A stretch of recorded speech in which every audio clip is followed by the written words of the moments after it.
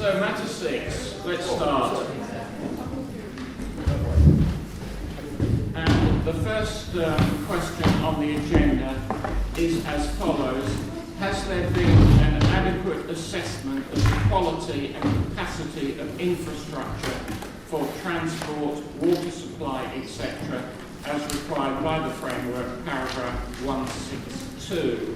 Now, it's during this consideration of this question that I'd like to take into account the Queensway link. I must point out, though, that this is not an opportunity to discuss its merits or otherwise, because, its merits or otherwise would be taken into account in the consideration of the planning application, which I understand is to go before the Council next month.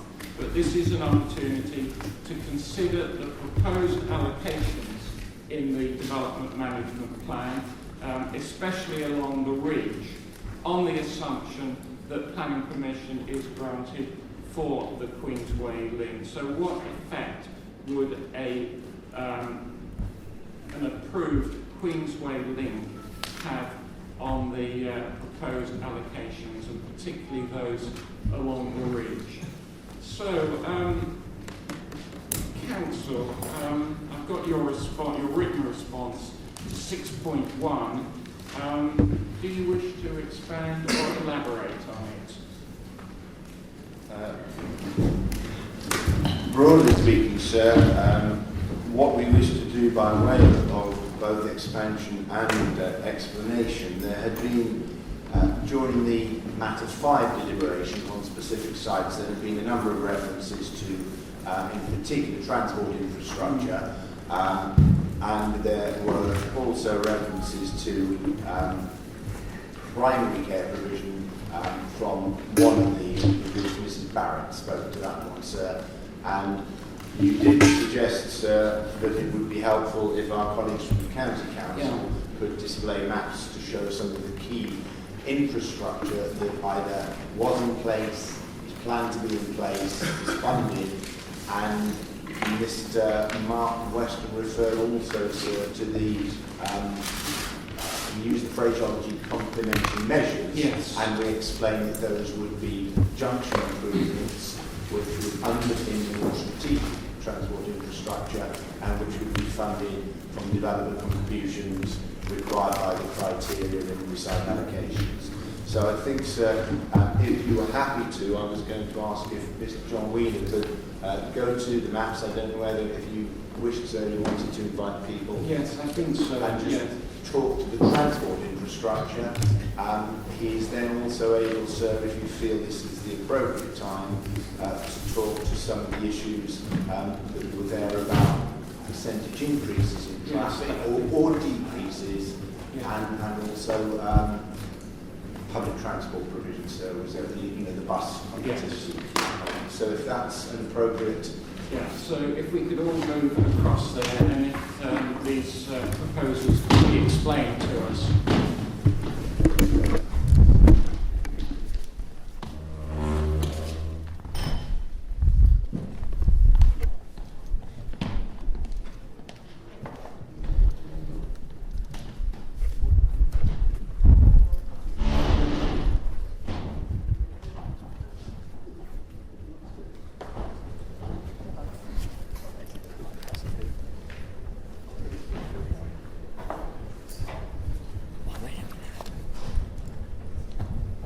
Thank you, sir. Just to give a bit of wider context, the South East Local Enterprise Partnership has developed a strategic economic plan which sets out the growth plans for East Sussex.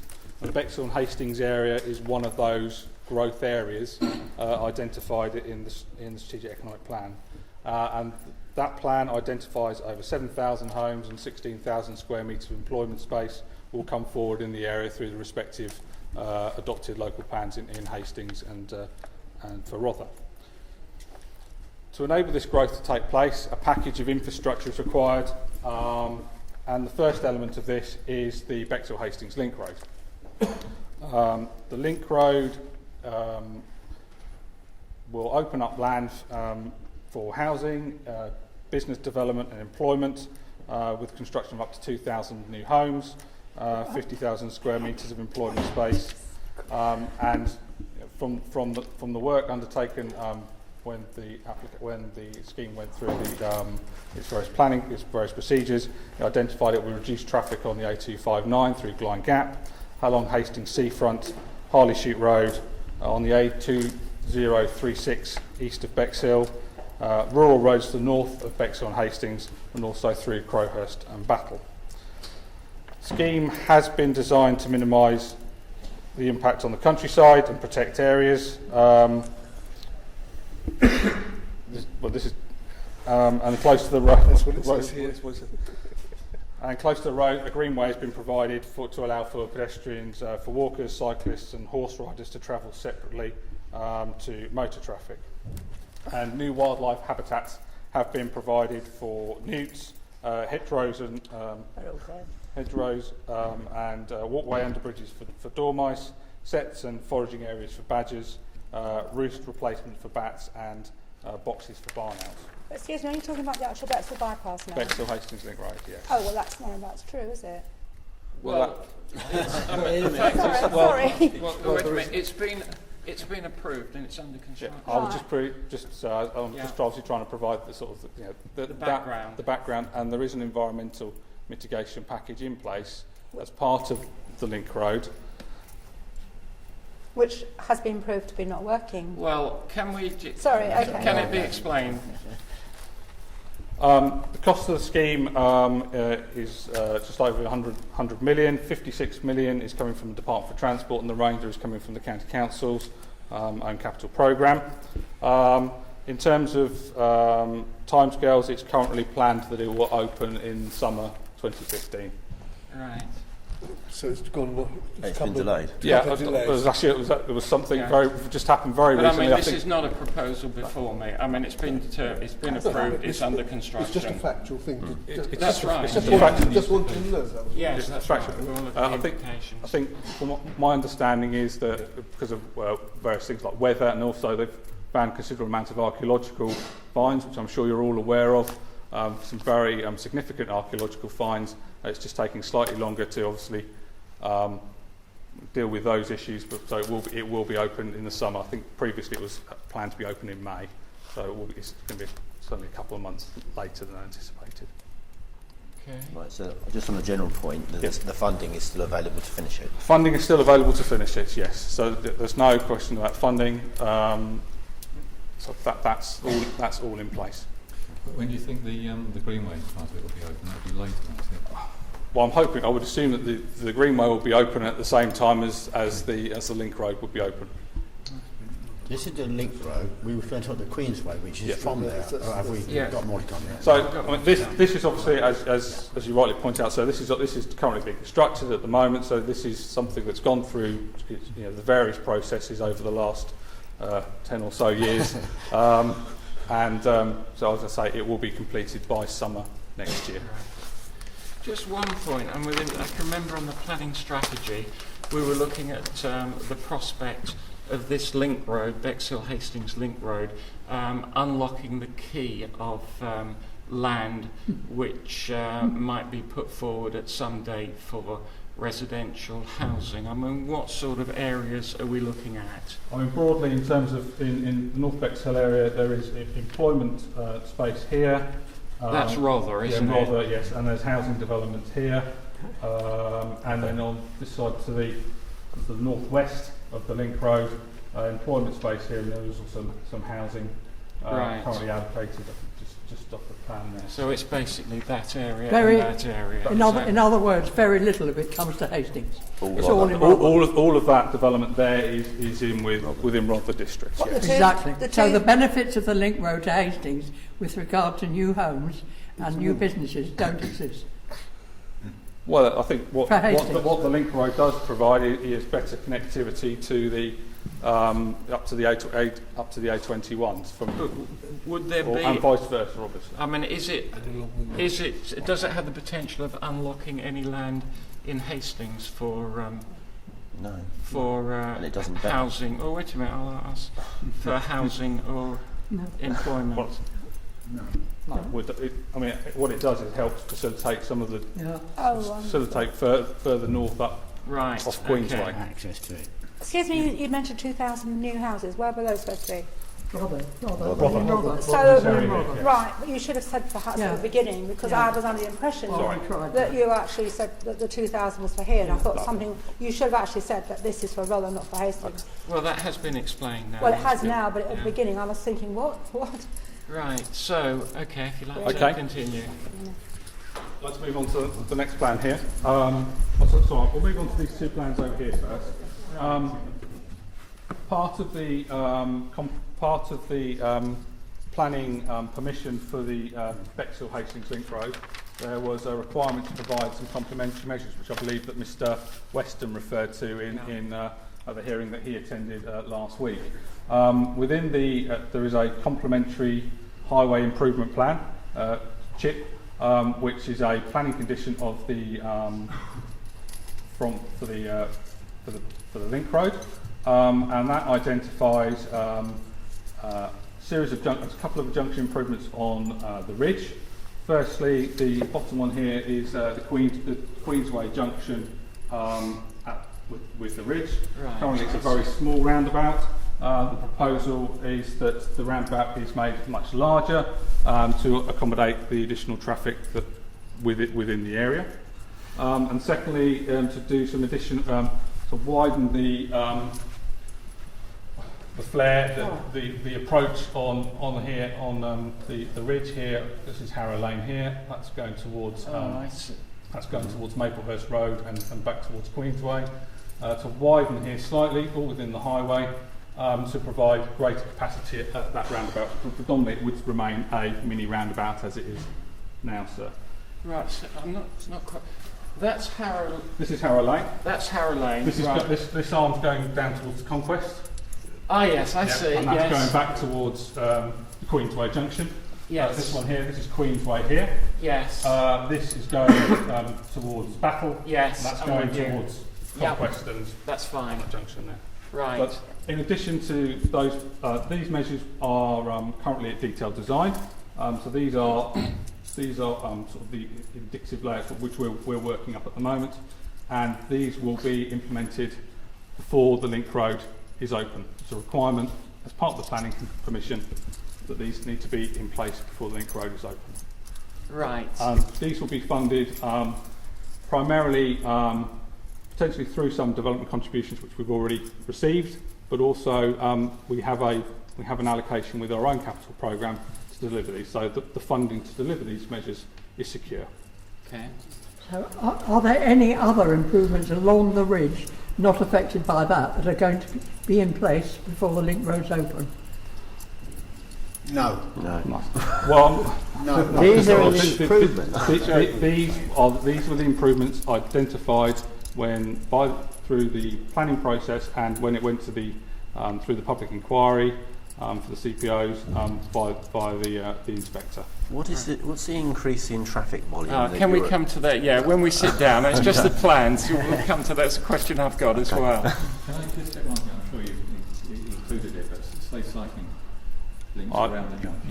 Yes, Ian. This Can I ask the question as well? When you come up to the Queensway Junction, is there any widening of the road, the ridge west, before it comes back?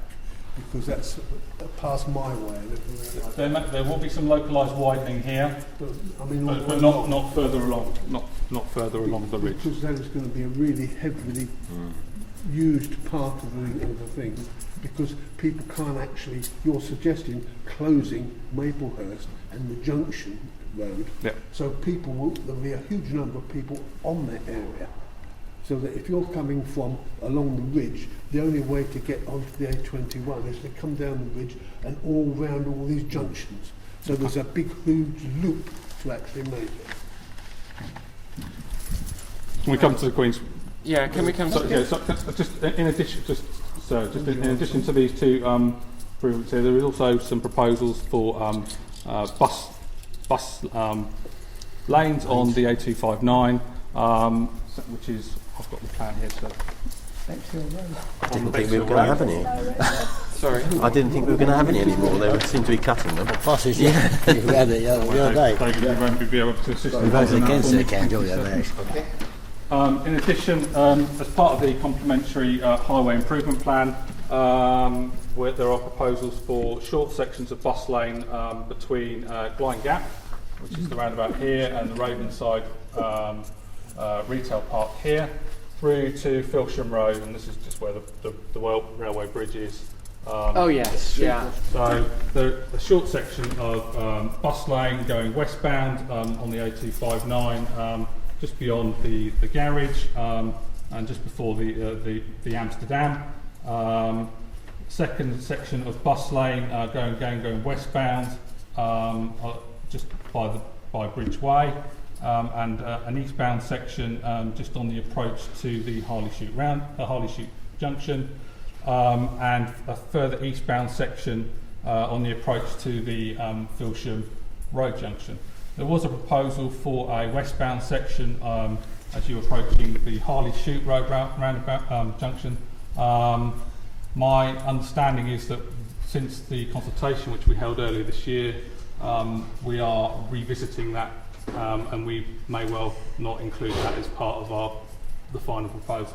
Right, but I mean, presumably this scheme, it's outside the ambit of the development management plan, is that right? There's a separate process for consultation, etc. It's gone through a local public consultation Right. in January this year. It's gone through our lead member for approval. So the scheme is going through its final design process. Right. And the proposal is that this will be implemented once the link road is open. Obviously, you've got to allow for movement. Once the link road open, traffic movements in the overall area is likely to change. So this is looking to lock in the benefits for buses along the A259, and there is a number of buses obviously running between Bexhill But it's not wide enough to put bus lanes along there. The road's very narrow. There's a bus lane up by, say, up Debenhams way, and the road's much bigger. But down here, how are you going to put a bus lane along here? It's a very narrow road. Which on a new road? No, that's the A259. Sorry, that is the A259, isn't it? It is, yes. Yeah. It's too narrow. What we've looked at is the sections where the road is sufficiently wide enough to enable a bus lane to be accommodated. But the principle of it has been approved, is that right? Yes, and it is a requirement of our planning permission to introduce bus measures along the A259. And what's the speed limit going to be designated for that area? It's going to be 30 as it is now. Can we move on to Queensway? Yes, I don't see anything but bus lanes there. There's no Queensway Gateway Road, as you've rightly pointed out, sir, this is subject to a planning application at the moment. It's an application that's been submitted by Sea Change Sussex, and it's to provide a link from Queensway just south of its junction with the Ridge. Ah, yes, I see. So that's the junction that we're looking to improve. Right, okay. That's the Harrow Lane junction, just for your helpful orientate to you as well. We have Sainsbury's here. Yes. The road is a single carriageway road with a roundabout at the junction with Queensway and a roundabout at the junction of Sedlescombe Road North, the A21. Yes. With a roundabout It's in a nice position, doesn't it? in the middle, which would provide access into the two employment allocations, which you've obviously been considering, sir, at LRA 7 and LRA 8. Yes. And are they, I mean, the sites defined in the development plan, are they affected at all by this? I mean, this sort of, this has regard to the sites as defined in the development plan. Yes, presumably. it does. And I think, I understand that Sea Change Sussex, as part of their application, have looked at how the road and the development allocations would integrate. They've done some sort of a very initial high-level master planning to see how the development would fit in with the road there as well. And it would provide access to them as well. Yes, it would do. Yeah. Yes. So this road is currently part of an existing planning application. As Mr. Ingleton, I think, has pointed out, there are a couple of proposals associated with this. Firstly is to close off Junction Road at both ends. Junction Road at the moment has a number of implications on existing traffic flow. In particular, as Mr. Singleton has rightly pointed out, the ridge is very narrow along this section here, and at present, when traffic is wanting to turn right into Junction Road and down here to access the A21, it does create queuing for going back this way. So there isn't sufficient space there at the moment to accommodate anything on the right-hand turn lane. So the proposal is to close it there, and also to close that junction there. In terms of traffic flow, it should improve. We believe it should improve. What about the other one? Oh, Maple. You're coming. I was going to come to that. No, Sorry. that's fine. I hadn't forgotten. We see certainly if it addresses that that's certainly a right-hand turn issue, and also that will improve the flow of traffic along the ridge.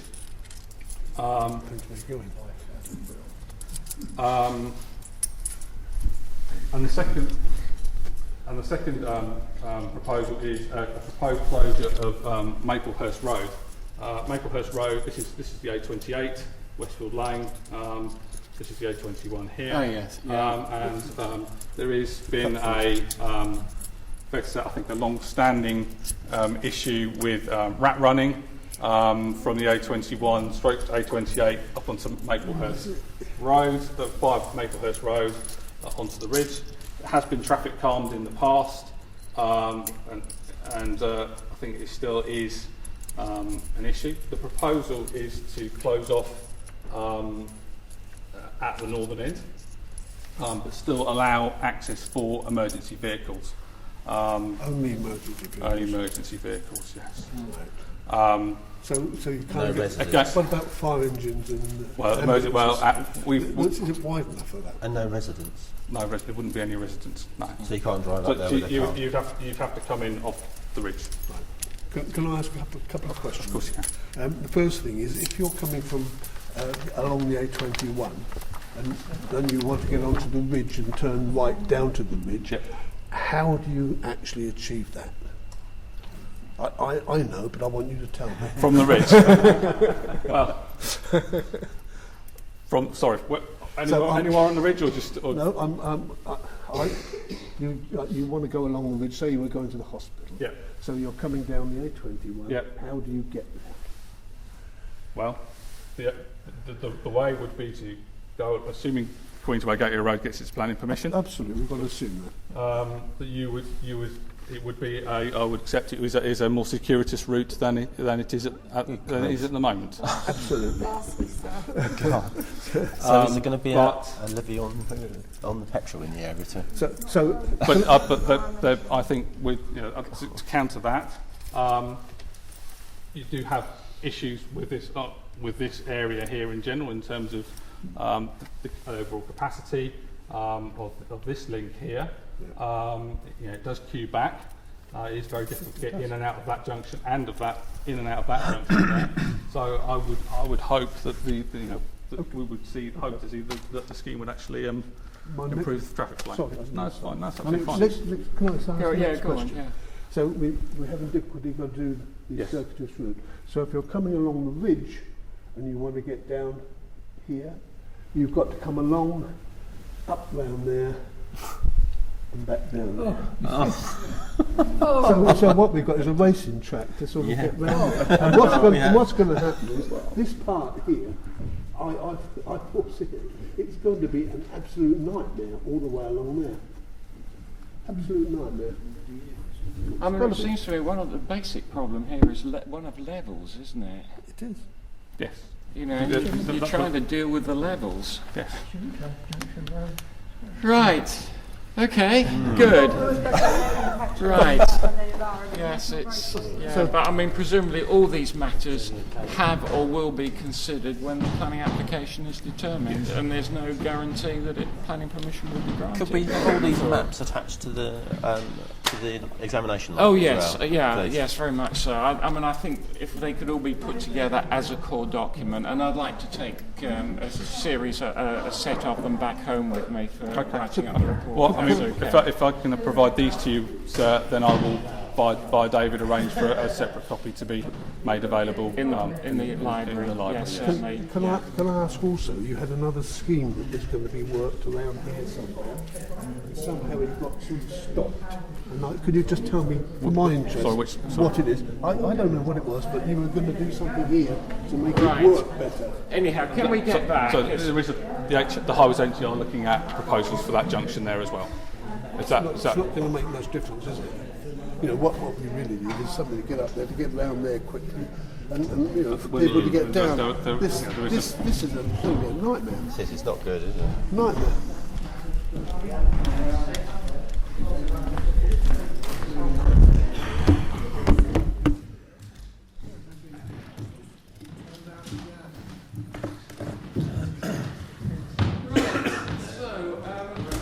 Thank you very much for that explanation. And can we get back to the question, has there been an adequate assessment of the quality and capacity of infrastructure for transport, water supply, etc., as the flat framework requires, and bearing in mind that we want to look at the implications of these schemes on the proposed allocations, especially those along the ridge. So is there anything more from the council at this point, please? Obviously, sir, I'll make a brief comment, but then happy to respond to any queries that are posed, as I'm sure that Mr. Weir will be as well. We've heard throughout these hearings, sir, that there are concerns quite often expressed about infrastructure and the ability of it to take growth. And bearing in mind that the first of the principal headings of what we're dealing with today is implementation, hopefully you will have seen, sir, from the maps that Mr. Wheeler has just spoken to in some detail, that there is not only a clear plan, but there is clear funding in place, and in many instances, planning permission granted. He referred, sir, to the fact that the SELEC has identified Hastings and Rother for growth.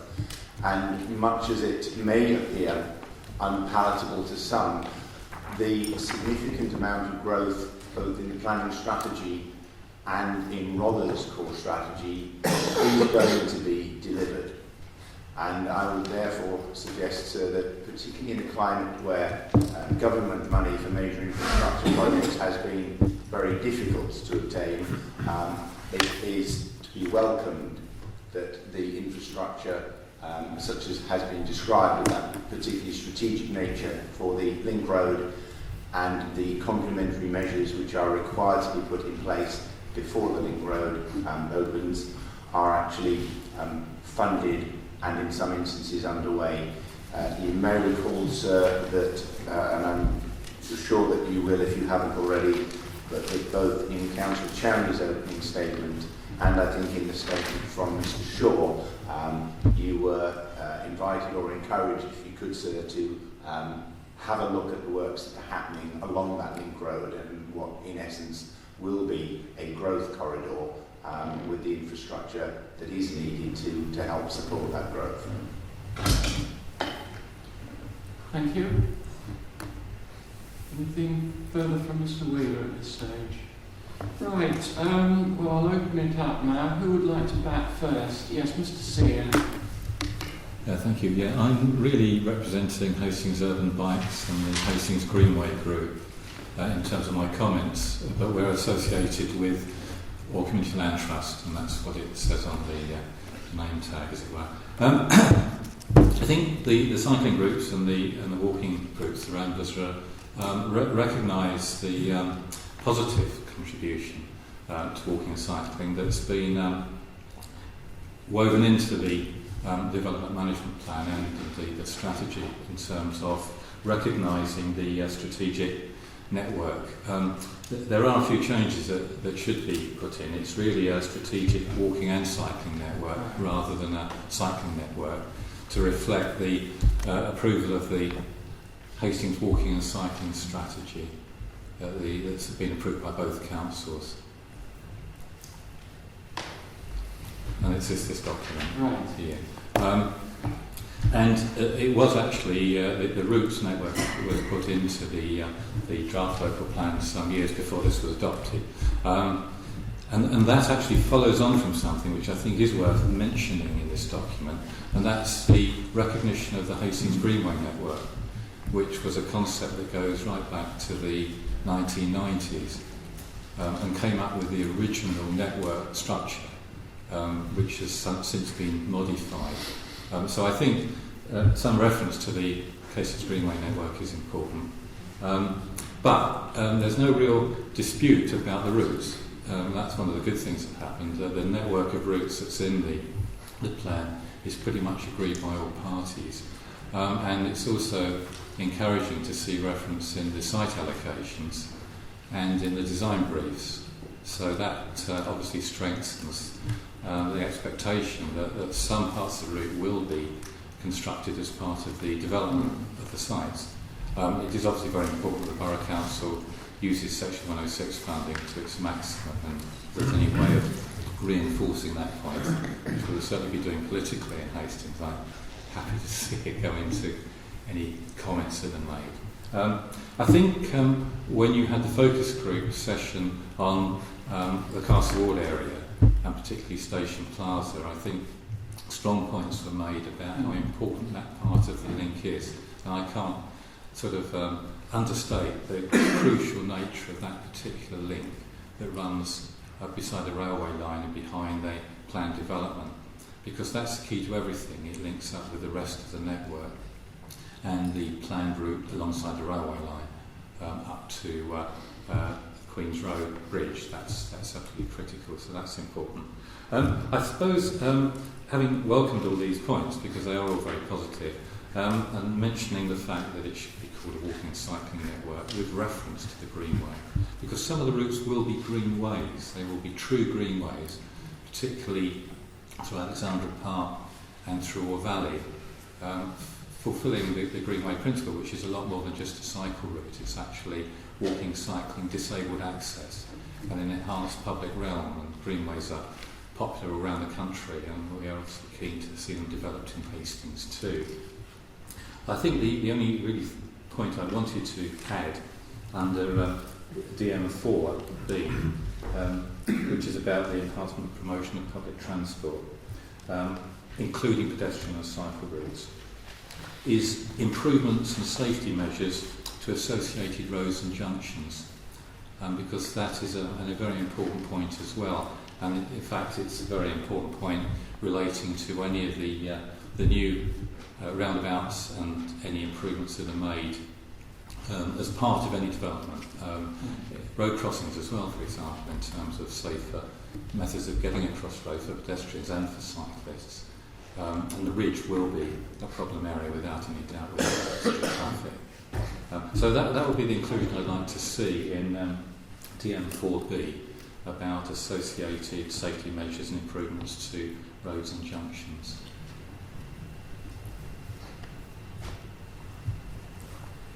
And I guess that's all the points I really wanted to. Right, thank you. I'd like to get back to this point about the traffic along the ridge. We were told one day last week that as a result of the, I think I've got this right, as a result of the Bexhill-Hastings link road, the traffic along the ridge would increase by 28%, and that would include the sort of the national increase in traffic. I just wondered what the effect of the Queensway link would be. I mean, what implication would the Queensway link have on traffic along the ridge? I mean, would that increase or decrease that 27 or 28%? And what would be the likely implications on the proposed allocations along the ridge? So I think if at some point we could deal with that. Perhaps could you deal with that now, Mr. Weaver, please?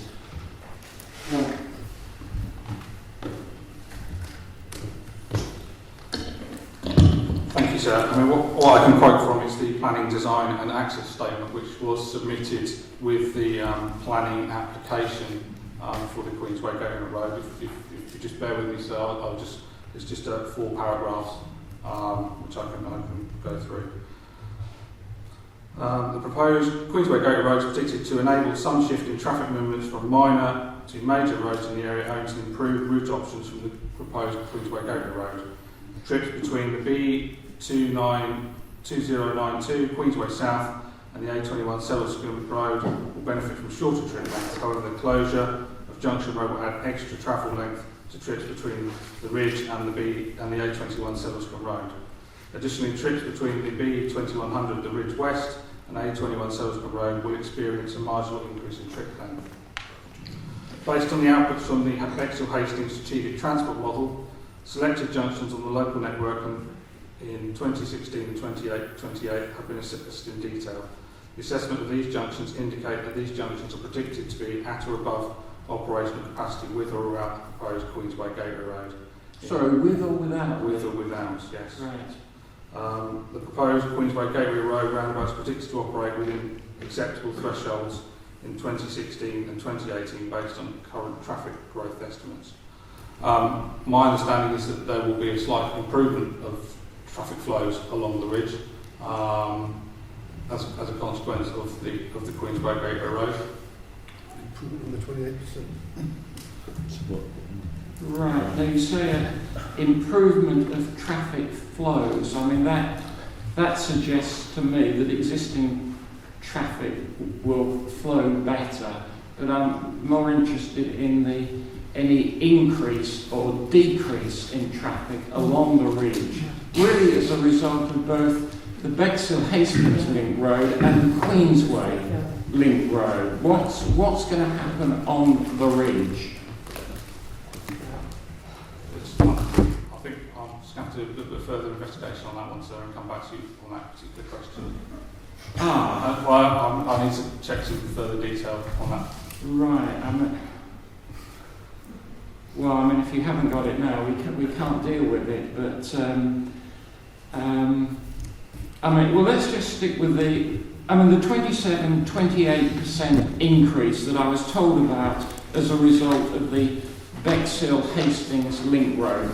That's still correct, is it? From the information which was submitted with the best and final bid for the Bexhill Hastings Link Road, it is predicted that the Ridge West would see a 23% increase. Let me just make a note of this. So this Ridge West, that would be 23%. 23%. Yes. 23% increase following the Hastings Bexhill Link Road, right? What about Ridge East? 26%, sir. Right. But we don't know at present the effect of the Queensway link on that, so it might or might not be more or less than that 23 or 26%. I would have to check the traffic assessments which was submitted, traffic impact assessment which was submitted as part of the Queensway Gateway Road planning application. Right. Obviously, people must have an opportunity of commenting on that, so I don't know when that will be.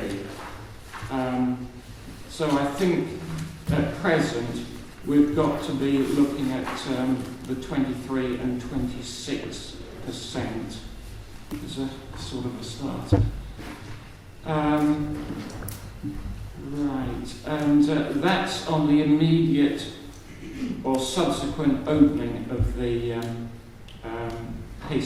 Bexhill Hastings Link Road. What about looking further into the future during the plan period?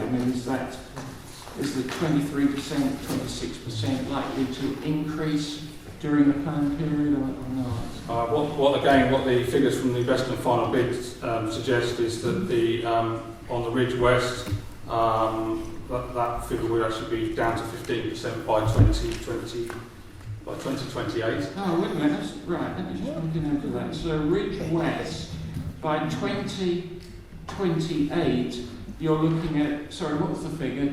It would be down to 15%. What the figures I have here, sir, show the A do minimum, like the link road isn't in place, Right. and do something with the link road in place, and then the percentage difference. So in 2011, the traffic flow along the ridge west was 20,300 vehicles per day. Right. In 2015, with do minimum and with no link road in place and natural traffic growth, that the model's predicting 22,000 vehicles. Right. And in 2028, in the do minimum scenario, it was up to 26,000 vehicles. Right. Can I just go back on these percentages? We're saying that with the completion of the with the Bexhill-Hastings link road, along the Ridge West, traffic will increase by 23%, but by 2028 that will go down to 15% increase. Is that right? Yeah, the figures in 2015 in the do something, i.e. with the link road in place, the model is predicting 27,000 vehicles per day. Right. And in 2028 it's predicting 30,000 vehicles. So the percentage difference relates to the figures, the variation between the do minimum and the do something scenario. So. Right. And what about the Ridge East? I mean, we've got a 26% increase as a result of the Hastings-Bexhill link road. What's the percentage for the end of the plan period, 2028? That's predicting based on the do minimum against the do something scenario, that's predicting a 19%. 19%, yes. Right. So we're looking at a decrease along the Ridge West, but an increase along the Ridge East. Is that right? Have I got that right? I mean, compared to the do minimum and the do something scenarios, on both Ridge East and Ridge West, by 2028 there would be a reduction. So it would be 15. So if I go through the figures for Ridge East West, Ridge East, I can explain that to you. So at present there are 17,800 vehicles per day on the Ridge West. 17,000 vehicles per day on the Ridge East. On Ridge East, yes. In the do something in the do minimum scenario, no link road. Do nothing. Is that do nothing? That's do nothing. Sorry to keep interrupting. By do nothing, you mean not putting in the Queensway link? No, I'm talking about not putting in the link road. But that's going in any case, isn't it? I think my understanding is that you were asking about what the link road impacts on traffic. Yes, but I mean the link road is under construction. It is, yes. Right. So at present we've got 17,000 vehicles per day along the Ridge East. Yes. Right. Now, on the assumption that the Bexhill-Hastings link road is completed, what happens to that 17,000? With the link road in place, that's 24,400. 24,400 vehicles per day with Bexhill-Hastings link road. And that 24,400, which year is that? That's in 2015. So 2015, that's basically upon completion of the link road. Right. Can we have the same for the Ridge West? What's the traffic flows along there at present? At present it's 20,300. 20,300 vehicles per day along Ridge West, and as a result of the completion of the Bexhill link road, what sort of vehicles? 27,000 in 2015.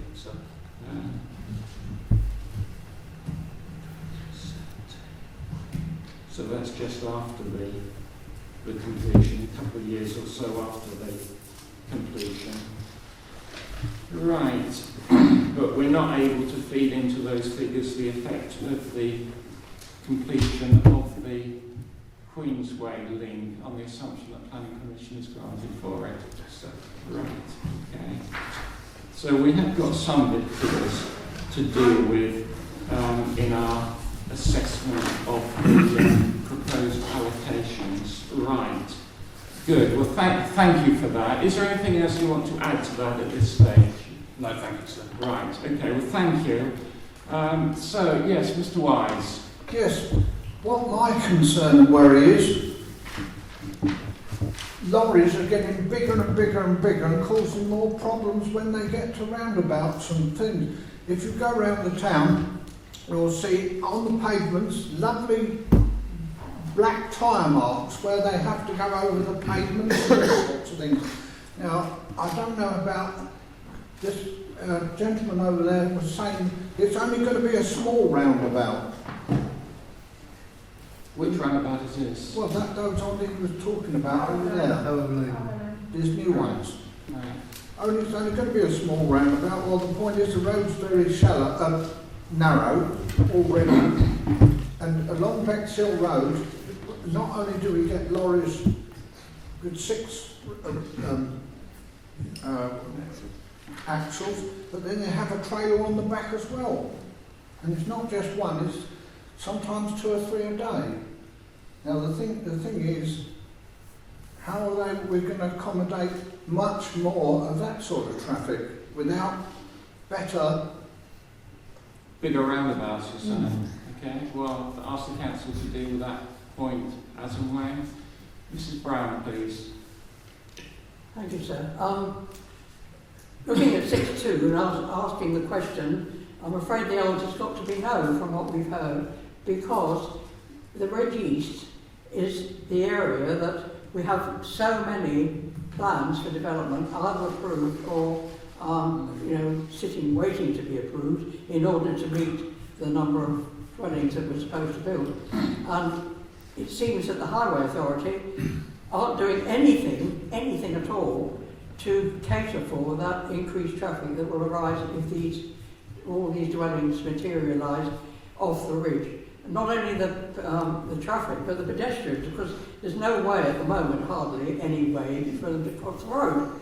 And in fact, a recent application where, unfortunately, it wasn't a Section 106, but a condition that obliged the developer to provide a crossing.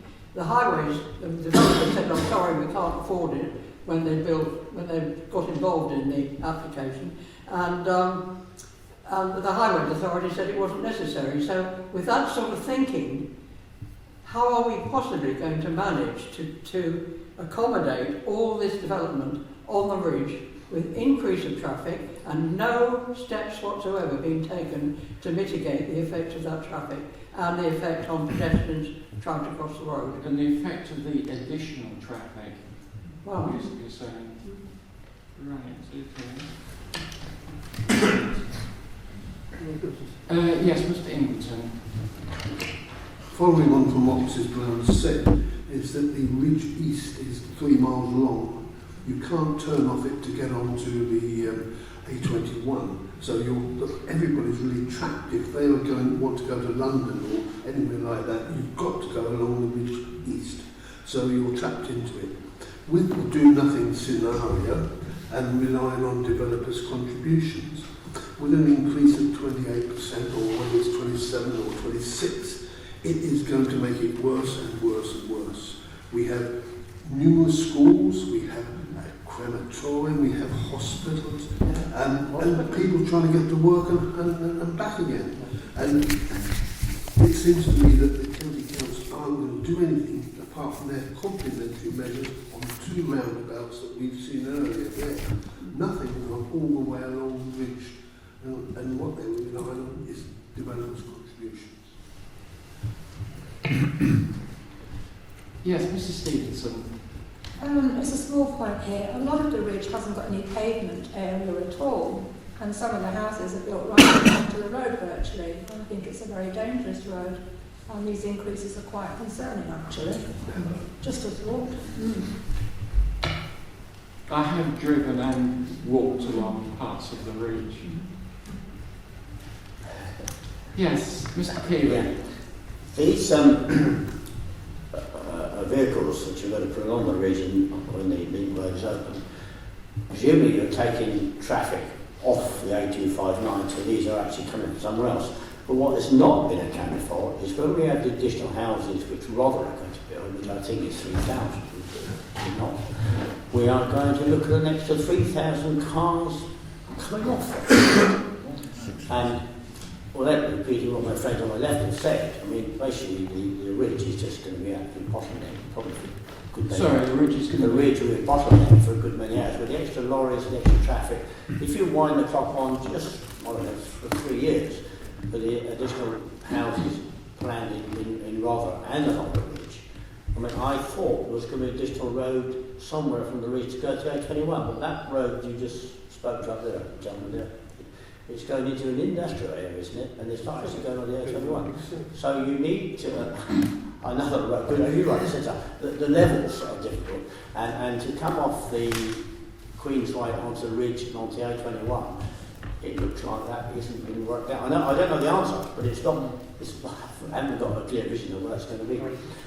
And when I left here last week, I called in the public crowds, not for a drink, but I had one, because that map was there. There was an exhibition on the progress of the link road, and as you can see, there's several ponds there, and I questioned the situation with the water off that road. I mean, I originally, you should know, I had a lot of vision for the whole thing. But I said, well, okay, what happens when those ponds are full? Because you've got rainwater and water coming off the roads and off the development. And they said, well, it'll all go down into Mr. White's area, actually, along Bexhill Road. Well, we did questions that know about development on there, and I can just forecast flooding, which is going to be a big issue. Because that's all right to take the surface water and fill up the ponds. But if you get rain to go on for weeks in the winter with sunlight and they're full, then what? And I think, well, I can't go on about Rother side, but I personally think we ought to start building houses on stilts and not on the foundation you do. So if you have all the steel frame and bolt-on timber, we would save some of the flooding and tiering housing as well. Rather, that's our issue maybe. But the flooding is a potential a big issue.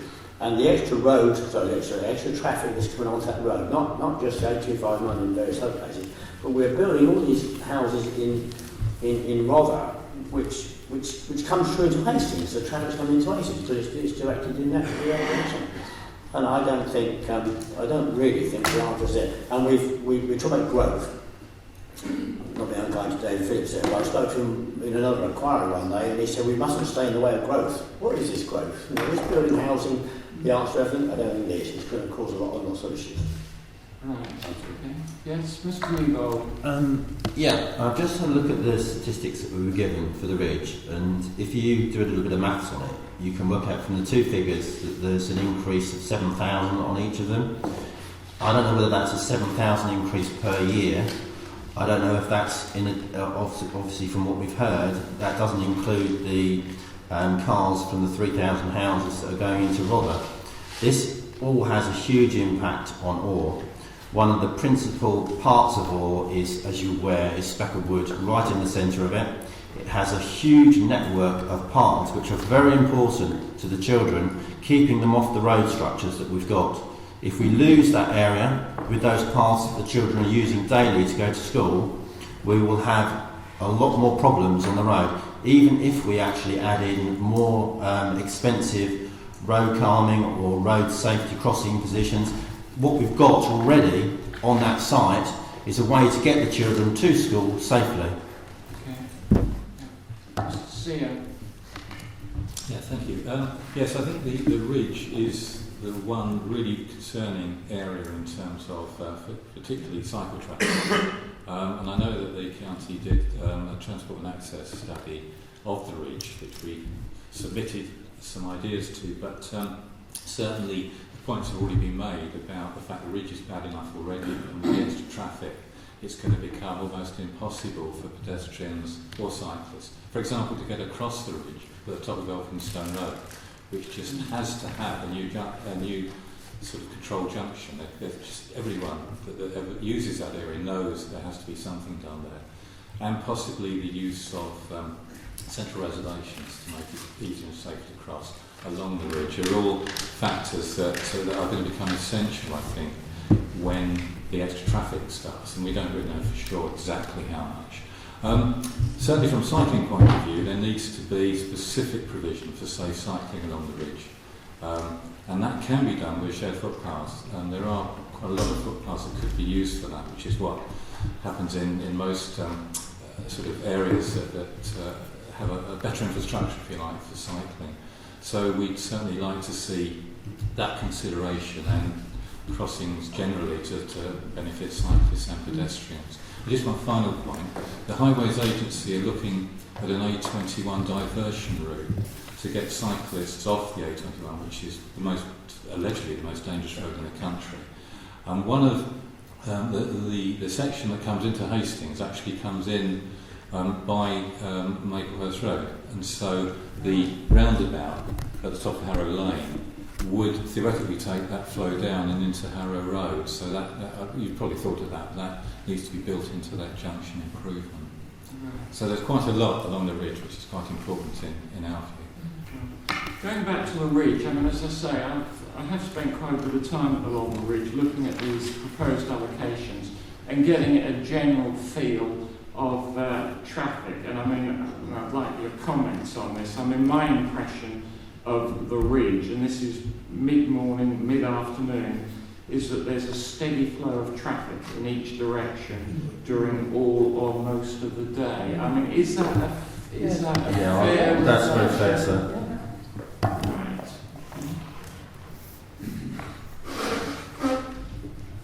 Right, any other points? Yes, Mr. Wise. Well, sir, if you go along Bexhill Road, I think you'll find that that's the best place. Why the parking officers don't go along and collect tickets? Because it's not unusual for people to take an hour to get from Rockanore to Ravens site. Right.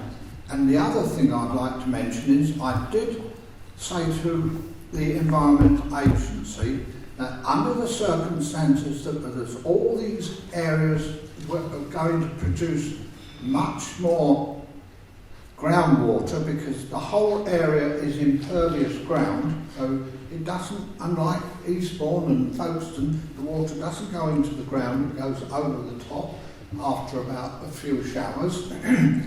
I did suggest to the Water Environment Agency that if they put a water-powered turbine in a Bulverhide outfall, it could produce loads of electricity most of the year, and if the silting was done properly, the increased water that we're going to get could be better funneled out, because during very inclement weather and net tides, then the turbine could produce electricity to pump the water out into the sea and that was the only way I think that we can look at it, because there's so much water coming from the Link Road area and Rother, plus all the areas in west side of Hastings.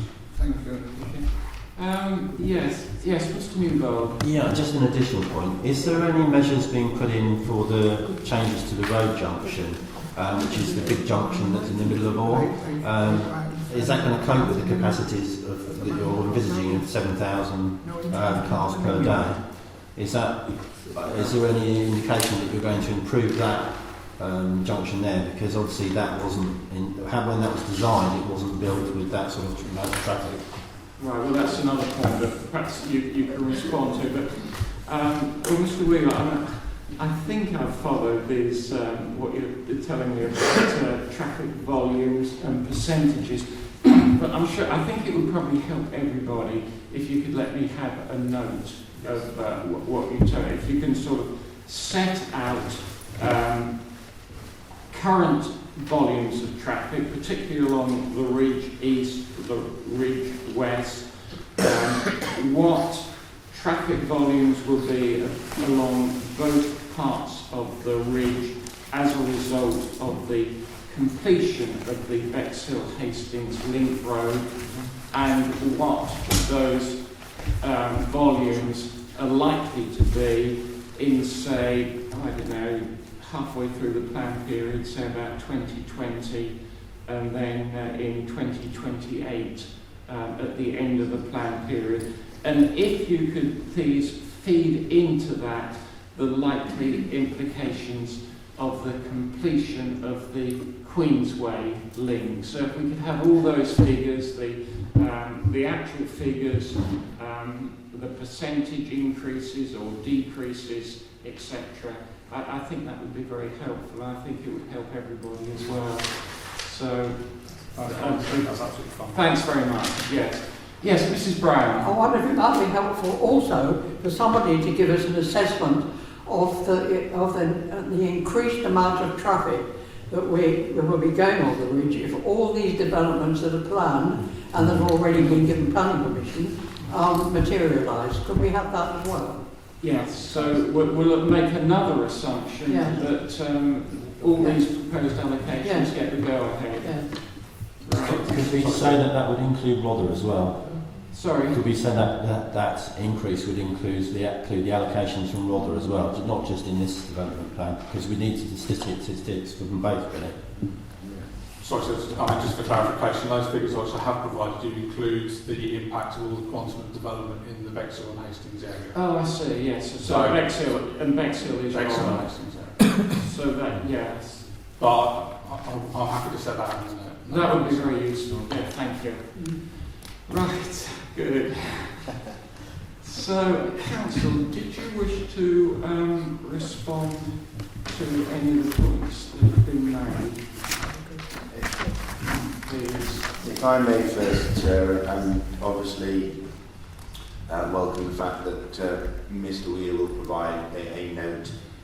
Welcome the fact also, sir, that it does have to quite legitimately cover the growth that is expected to come from Rother. Mr. Keeley will be aware, sir, because he's a regular attendee at all of the core strategy examinations, that in essence there is no particular stopping the march of housing need, and I quite genuinely, sir, missed the attendance of Mrs. Stevenson yesterday when I was explaining that it is categorically the case that some people have said that they would wish to double the amount of growth in the borough over the plan period. Why do you refer to me? Well, I was just acutely aware that you were not here yesterday when I felt that you would have had strong views on that point, is all I'm saying. Yeah, it's purely to help you, Mr. Stevenson. Yeah. So that, you know, that's just the background against which local authorities have to produce their development plans, basically. We've heard about housing needs and you know, that's there. I think that the one point that might have been lost a little bit earlier on when Mr. Wheeler began, sir, was that there is obviously going to be a natural increase in traffic along the ridge anyway. And so I think that point, you know, can be sort of drawn out in the figures that he's giving, sir, because with or without these infrastructure improvements, we are all partially guilty of the transport problem that we're all concerned about. I think that the comment, I think it was Mrs. Brown made it, and I'm sure she didn't mean it to be unduly critical, but she said it seems as though the Highway Authority are doing nothing at all. I think that the work that the County Council has done, both with Hastings Borough Council and with Rother, and through bidding successfully to the setup for funds, does indicate, sir, a more than solid commitment to trying to get as much money as they can in order to ensure appropriate transport infrastructure is in place. We heard a little bit of references both when we were standing at the boards and around the table to issues also around the A21 and the A28. And obviously that is, again, because of the Front Road Network, the Highways Agency, but they are also looking whether they have abandoned previous ideas or still considering. They are part and parcel of the consultation process for this plan. Broadly speaking, we do see, sir, that the County Council is indicating that they feel the plan and the transport infrastructure that either is or will be in place can accommodate the levels of growth. But one important thing, sir, is that as part and parcel of the County Council's response or representations on the plan was that in respect of a number of the specific allocations, they required wording to be inserted in the policies. And I just use, if I may, sir, shall we say for the moment, the Sandrock Park allocation as an example. One of those criteria will be supported by a transport statement and travel plan. The statement will need to take account of the site's proximity to the ridge. Proposal should indicate how the conclusions and recommendations of the statement have been incorporated. This is likely to require improved access to the site and to potentially include improvements on the ridge as advised by the local highway authority. So the plans that you see behind Mr. Brown are not the totality of what we can expect, sir. And what will happen is that through those individual transport assessments, if it can be shown that developer contributions are necessary and required to deliver something, then that is what will be requested. And you have also, sir, indicated that in some instances it would be appropriate to indicate wording in the negative in policies to say that permission would not be granted until. And so I think in that sense, sir, it is important to point out that the totality of improvements is not just what is there behind you.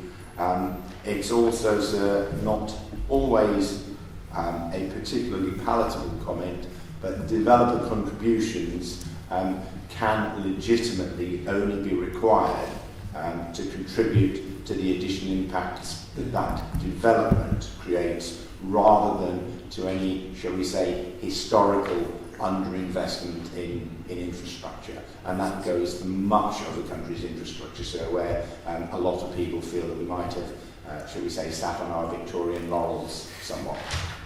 Thank you. I don't know if Mr. Breeder has anything else to add or not, sir. Just a couple of points. Firstly, in relation to Mr. Wise's comments on the roundabout, the Harrow Lane roundabout was a mini roundabout, so it will be overrunnable by large lorries. The Queensway Ridge roundabout will be a sufficient size to accommodate those large lorries that you referred to. Just in relation to the funding, sir, in terms of improvements, you will see hopefully in our statement that, as Mr.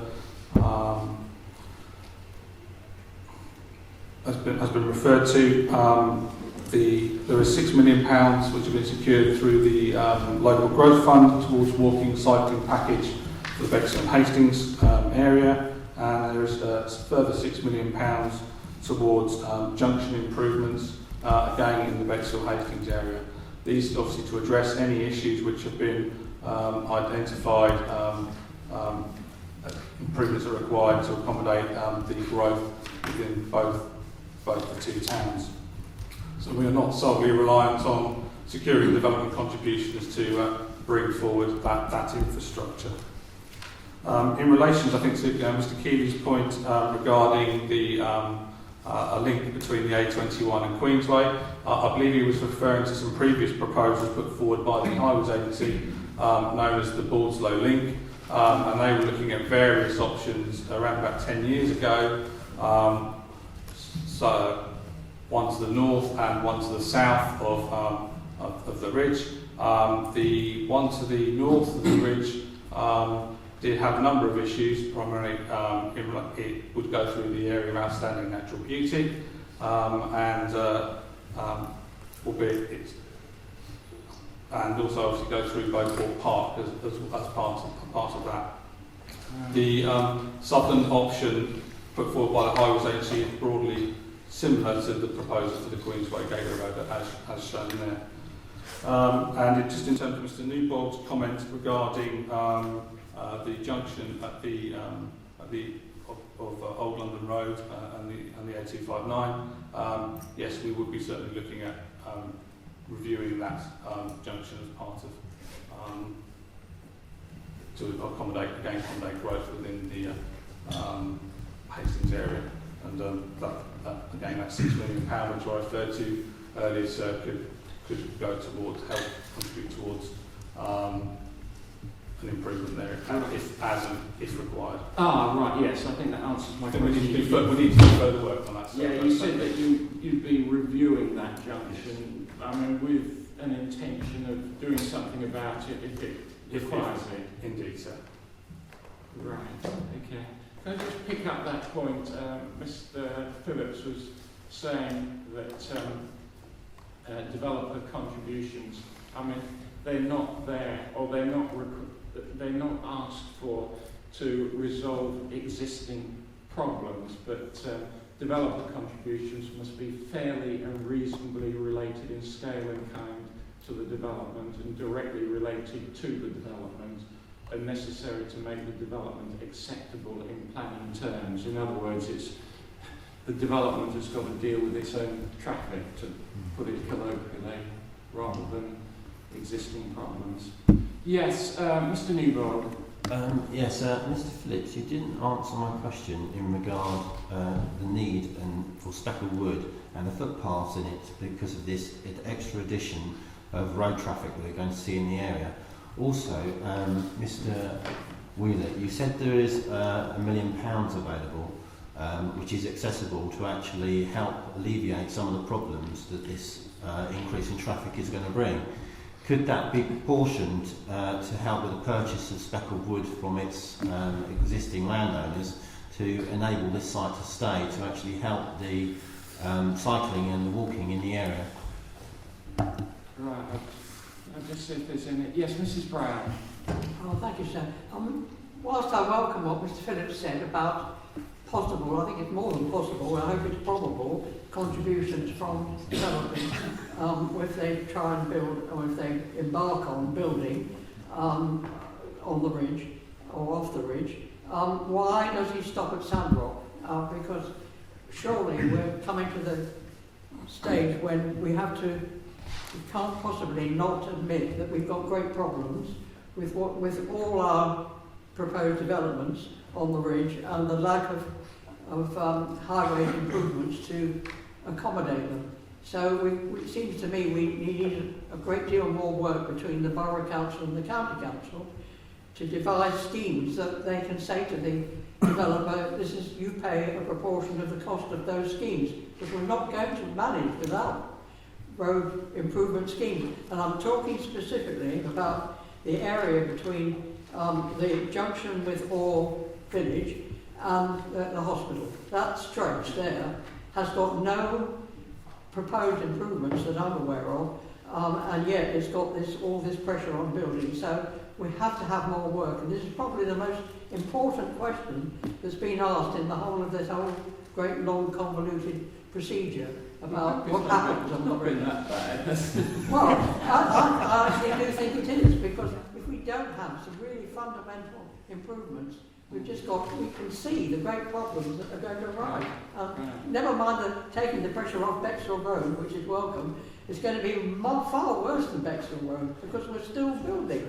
We're going to build all the time without pressure. Thank you. Mr. Wise? Yes, we were very carefully instructed by Mr. Wheeler about the bus lanes in Bex on the A259. Could he please explain why those bus lanes are necessary? Yeah. Why they are necessary? Yeah, why? Right, okay. Yes, Mrs. Stevenson. I was thinking along the same lines as Mr. Wise, because if the A259 is going to have less traffic because of the Bexhill bypass, why is it necessary to put bus lanes in what I consider to be a completely inappropriate road? The only bus lane that's there is up by Devlin's, as I said, and the other areas you're talking about, the road isn't wide enough. It's going to cause more trouble than benefit. I think it's a very ill thought out idea. There isn't the room for bus lanes there. The road's very narrow. And I would like to know, as Mr. White said, what is the reason that you need these bus lanes now that the Bexhill bypass is going to alleviate the pressure on the 8259? And Mr. Keeley. Yes, I meant to say something about buses earlier. It's all very well to have bus lanes if a bus can go straight away along the road, but if you just go a little bit, pulling in and pulling out, when it comes to pulling out, with all this extra traffic, they'll be jammed in, unless, some drivers don't let them out. And you either want a bus lane that's completely along the road, not bitty. I think there's issues with that. Okay. Yes, Mr. Sear. Well, firstly, I think I really must support the point that Pam Brown's made about the need for extra work to look at improvements along the ridge, and not just between the county and the borough, but to involve other stakeholders such as cyclists, ramblers, and obviously community groups around there, because I think probably this is the biggest issue, if you like. But on another side of things, and probably against what some people are saying, I mean, there isn't really enough in here about sustainable transport, and issues like bus lanes and improving bus services and trying to reduce car traffic, something I suspect we're all slightly responsible for, is something that should be woven into the plan, and I don't think there is enough said about that, to be honest. Right. Okay. Mr. Newbold? Yeah, I would agree with that. I mean, having read the delivery infrastructure which we have here, there's very little about any of this in here. And I would have thought, as this has a huge effect on building on the area, on road infrastructures, this is fairly major. It should be part of an update in here as well, which it's not. I don't know what to say. I will just say that some of the sites that are currently proposed for allocation seem foolhardy as well, with respect to the fact that we have got this huge influx of traffic coming in. We have to make our roads safe for our children. If we don't have adequate pathways which are not available to them, which will keep them safe, we're going to lose them, and that's not a position we should be in. Right. Point I'd like I would invite the council to respond to, and that's, I mean, when we look at this possible increase in traffic along the ridge, what part can buses, or public transport is just buses along the ridge, what part can buses play in reducing the likely or the possible increase in traffic? I mean, what are bus services like at present? Is there any prospect of them being improved? Is there any prospect of, how can I phrase this, making it a bit more difficult for general traffic to the benefit of buses going along the ridge to and from the town centre? So basically, in this context, where are the buses? Right, so... Okay, so if we've got the usual batting order, and I'll then hand to Mr. Wheeler. I think I just wanted to come back on a point that Mrs. Pam Brown had raised, and just to avoid any confusion. I think she said, why stop at Sandrock? Yeah. In terms of I only used Sandrock as an example. You will find that in pretty well, I think, all of the policies along the ridge. So, for example, Harrow Lane, supported by a transport assessment, etc., likely to include improved access from Harrow Lane. Potentially, development may be required to contribute towards improvements. That policy is then repeated for land adjacent to 777 the ridge. So I was only using Sandrock as an example. That is not the only one where we would be expecting developer contributions to make improvements if their transport studies basically reflected that they should. Well, thank you for mentioning that. It's very helpful, but could I just say, sir, that without knowing what the improvement should be, we can't ask for contributions. I mean, we usually say you will contribute to whatever, but if we haven't had plans to say where we would put the improvements if these planning applications were carried out. We can't ask for the contributions, can we? So it's a chicken and egg thing, isn't it? I mean, would the approach be if a planning or when a planning application comes in for the council to say isn't going to generate so much traffic, to accommodate the traffic generated by that particular development, we need a junction here or an improved junction, and that's what you've got to pay for by way of a section 106. But we need to know, the people of Hastings need to know what are the proposals that are going to be asked for along that stretch of the ridge. So, right, yeah. Okay.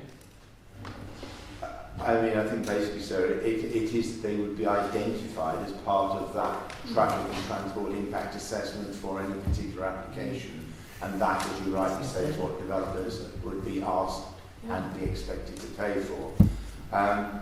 On that not dissimilar point, sir, I think Mr. Newbold was asking about the prospect of using developer contributions either to enhance the pathways in Speckled Wood, or indeed, I think you said also the prospect of purchasing. Again, reaffirming what the inspector alluded to, there are very clear rules as to what developer contributions could pay for, so that if there was nothing in any development that caused additional impact upon Speckled Wood or the prospect of purchasing that for green space, it would be wholly inappropriate. In fact, it would not be lawful to seek Section 106 contributions for those purposes. And that's not to diminish your aspirations for the Speckled Wood site, but you would not be able to use developer contributions from a transport assessment, for example, in my view, to purchase land Speckled Wood. So that's really as I would see that. Various references were then made to bus lanes and the impact or worthwhile nature of them on the 259. And Mr. Sear and Mr. Newbold then talked about not being enough mention of the push for more sustainable forms of transport, and the fact that we are essentially, I suspect, all sitting around being part of a traffic problem that we are moaning about. I would, sir, want to refer you in detail, and Mr. Sear and Mr. Newbold, to the adopted planning strategy in policy T3, which is entitled Sustainable Transport. And that is supported by appropriate text which talks generally about sustainable transport, talks about quality bus partnership, and does talk about a strategic network of cycle routes. Within that policy T3, there are then 8 particular bullet points where we confirm that we will work with the County Council using the local transport plan policy framework and other partners to achieve more sustainable transport futures for Hastings. We talk particularly about provision of new and enhanced cycle routes in the town, supporting the implementation of the strategic cycle network as identified, talk of improving walking routes for pedestrians, ensuring that new development is located close to existing public transport provision, requiring developers to consider the needs of pedestrians and cyclists in developments and to deliver appropriate measures, and we talk about improving the safety of the highway network, and then about improving air quality in the environment generally. We then talk about what is colloquially referred to as encouraging and looking at the potential for adopting smarter choices. Now, at the risk of offending anybody, sir, the human being is a fairly lazy species, and once he or she has had access to a car, it is very difficult to persuade them to public transport. But that is precisely what that policy is about, and that is a policy that is adopted and can be applied to any planning application comes before the Borough Council for determination. So we have tried very hard, sir, to include and make integral to that strategy sustainable transport, and trying to effect what is referred to under a fairly horrible term of modal shift, which is basically getting people out of their cars, walking, cycling, or using buses. Thank you. Yes. There were some other points that I'd like to invite the Council to respond to. Thank you, sir. I think you asked a question about bus accessibility along the ridge. Yes. There are a number of routes which access the ridge. I wouldn't say there's any particular route which actually goes from one end of the ridge to the other. The main focus of access is primarily the Conquest Hospital, but there are a series of routes. We have the 23 and the 23A, the 26 and the 26A. 23, 23A, 26 and 26A. The 95 and the 100. And those are routes which are within the town. There are also there's the 340, 341, the 342 and 343, which serve some of the rural settlements in the rural hinterland around Hastings. There is also the 28 service as well. So there is a number of services which primarily, as I say, access the ridge and go along part of the ridge, right, but don't go from one end of the ridge to the other. And the main focus of all those routes is the Conquest Hospital. So. Right, and presumably they all, or most of them, go to the town centre? Certainly the 23 and the 23 series and the 26 and the 28 go via the town centre. Right. So if each of these buses is going along only part of the ridge, there's probably very little prospect of taking people in their cars off the ridge. Unless they obviously interchange between services of the Conquest. How often do the buses run? Yes, but I mean, in terms of getting people who live on the ridge into the town centre, or people from the town centre getting to the Conquest Hospital, those buses are there to be used. They keep cutting them. Yes, sir. Right.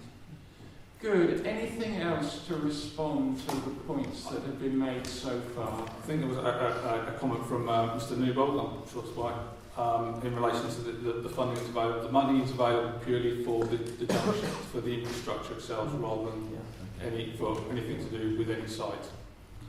Right. So, are there any fresh points? Oh, sorry. No, I beg your pardon, sir. I think obviously the ability to fund improvements generally is a concern. It possibly is therefore worth mentioning also from the adopted strategy policy T4, which is entitled Travel Plans. And this policy requires that major developments, and those are defined within the thresholds set by the County Council in their guidance on travel plans for new developments. Major developments are required to produce travel plans and will be expected to contribute to improved transport infrastructure, and then it goes on to say particularly for pedestrians, cyclists and public transport. So that affords quite a significant latitude as to whether those contributions are skewed more towards enhanced provision of bus routes, enhanced provision and safety provisions for pedestrians and cyclists. But all I'm saying is that there is the potential there to collect money which can then be prioritised by the County Council, working with local partners such as the groups that Mr. Sear has referred to, sir. Thank you. Right, well, are there any new points? Yes, Mr. Wise. Well, Mr. Horrocks, our colleague over there still hasn't said why are the yellow lines being put in Bexhill Road for the buses? Right. I mean, I'm not sure that's something I've got to make a judgment on, but... Well, yes it is. Right. Because the bus lanes are being put in because the traffic is so horrendous along Bexhill Road, with the Link Road and one another event going ahead is going to get worse and worse and worse. And the only reason the bus lanes have been put in is so that when I get on the bus in the town, instead of taking nearly an hour to get home, it takes 15 to 20 minutes. Which goes to show why the bus lanes have been put in, because the traffic is horrendous. Okay. Mr. Keeley. Yes, I just, my colleague here just said something about the buses being cut at the county council on Tuesday. A motion was put up by the Labour people in Hastings that we should oppose the cuts, and that actually passed. We do point out a number of the bus cuts are now going to be taken, subsidies are going to be taken away, the private companies are taking them on. So in actual fact, very, very few, if it goes well, very few social B cuts, only ones that really are proved to be running with no passengers, or very, very few. So the consultation event over the summer has proved to be very productive. Okay. Yes, Mr. Sear. Just to come back to say, I accept the points that were made about policy T3 covering sustainable transport. That is a fair point. But I think more could be written into in fact, it shouldn't be called access. It should be called access and travel. I think in the document we're looking at the moment, to stress the point, it isn't just about access to sites; it's about travel generally. I think clearly there needs to be a review of bus services along the ridge, especially with the link road. But I'm sure that will happen anyway. Mr. Newell. I would agree with the chap over here about the fact that we are looking forward to some cuts in buses, which is going to make people use their cars more. This is going to make the situation worse. I also want to make a point that this document, which has been put forward, the Hastings Local Plan Infrastructure Delivery Plan and Schedule Update 2014, you will be aware we've spent an hour and 31 minutes on this issue. It doesn't seem to cover it very well. And I would have thought, as this is a major part of this meeting, there should be some information in here which really does come back to the fact that is going to be this massive change in the road infrastructure. And it's just touched on in a few places, but I really don't think it covers the material. I would say, therefore, that 6.2 isn't being sufficiently sustained because the information is not in the documentation to do it currently. Right. And did you wish to respond? Well, I think Mr. Harman has been very patient, sir, and I was going to bring him in from the next question at 6.2, but if he's happy to start now in response to Mr. Newbold's criticism of the infrastructure delivery plan and the references that it does make to transport infrastructure. Does that mean we can go on now to 6.2? I think we've pretty well covered 6.1. So let's, before we do, Mr. Newbold, can I just, to help you, can I just remind you, have a look at the National Planning Policy Framework, paragraph 204, which sets out the tests for planning obligations, and particularly the one directly related to the development. So that's paragraph 204 in the framework. Thank you, sir. So if we can now move on to 6.2. Can I ask when we can do drainage, please? Drainage. You told me some of the other one. Well, I suppose it could come under here, required infrastructure, which would include drainage, but let me just...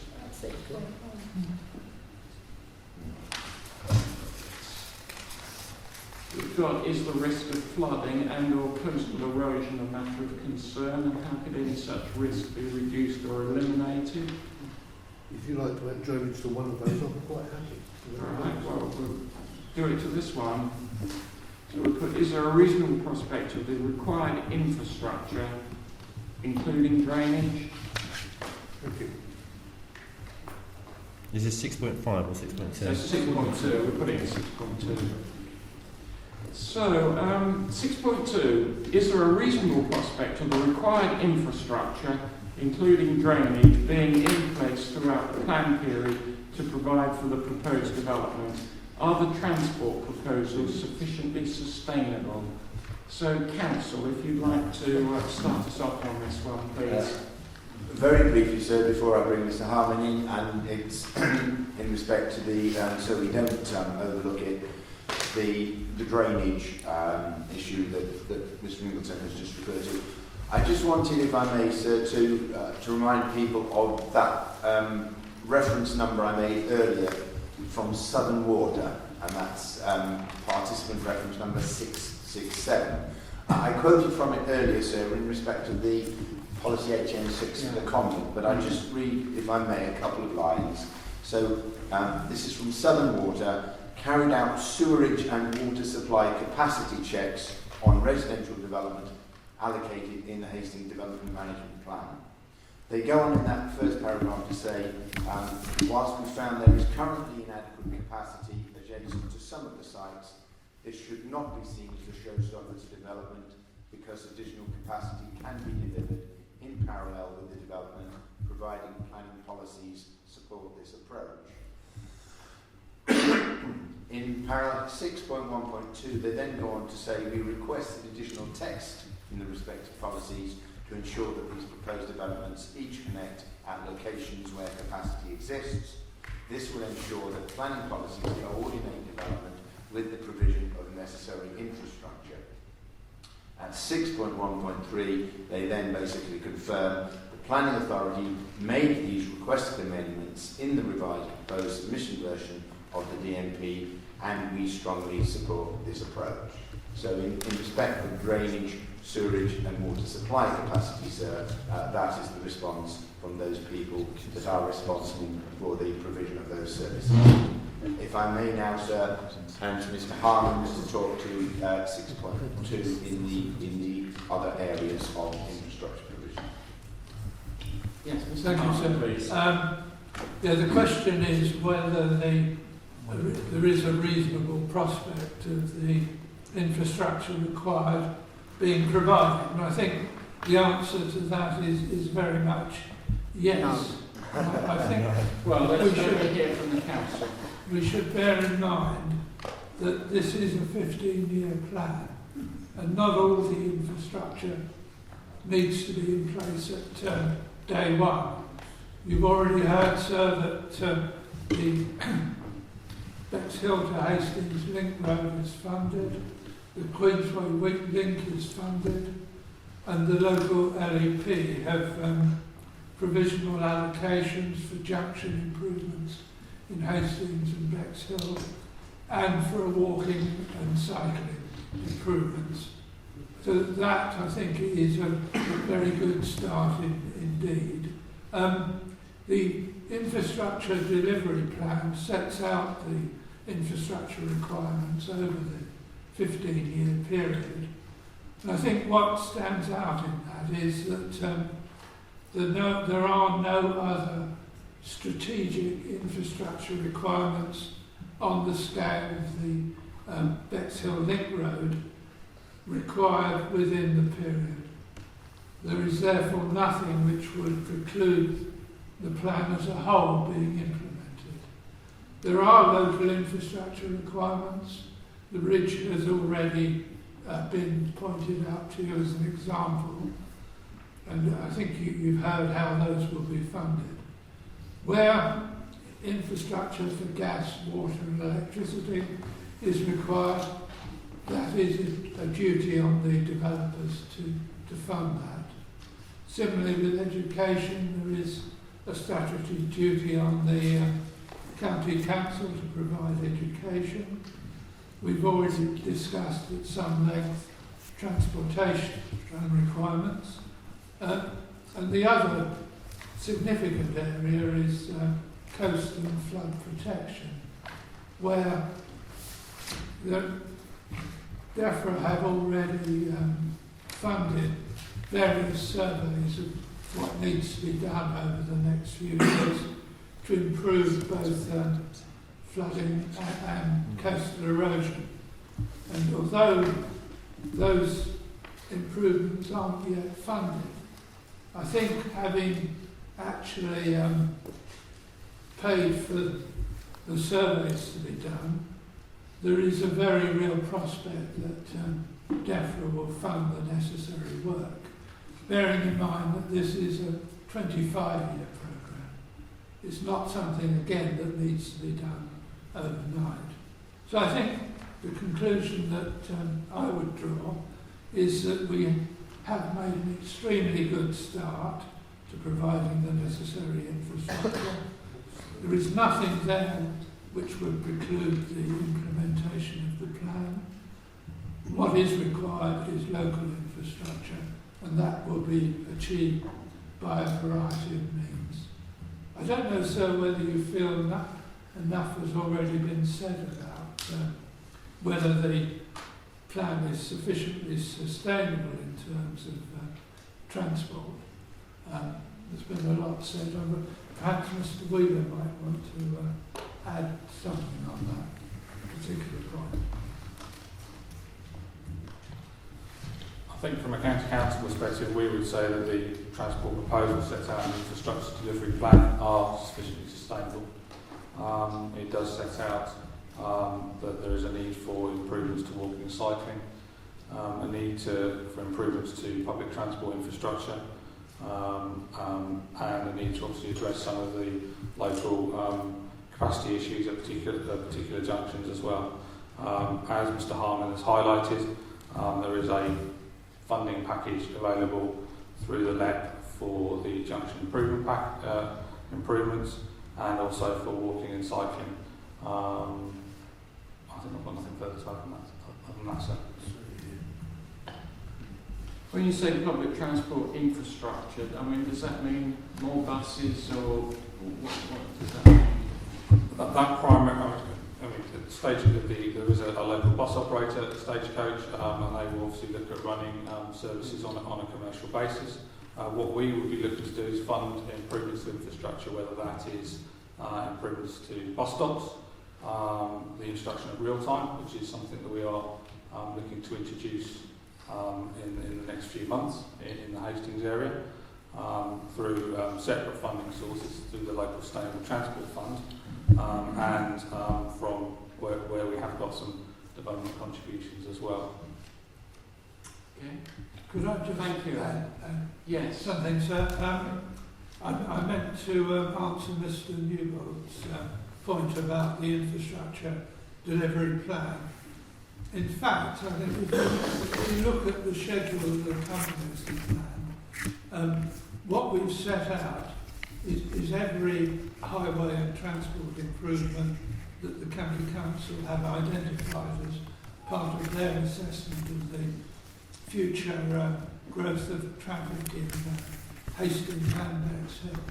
They are all there. There are a large number of them, and also there are at least 5 projects for improving cycling, walking and buses.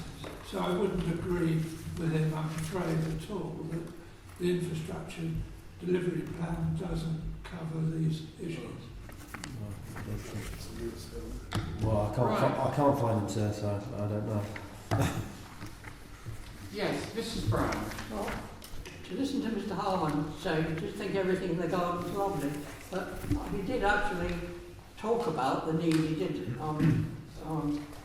admit there was still need local infrastructure, and that's my whole point. I'll just repeat what I said before, that we cannot surely just close our eyes to the fact that we've got all these proposed developments off the ridge which will have access onto the main ridge road, and we haven't got any highway improvements to cater for them.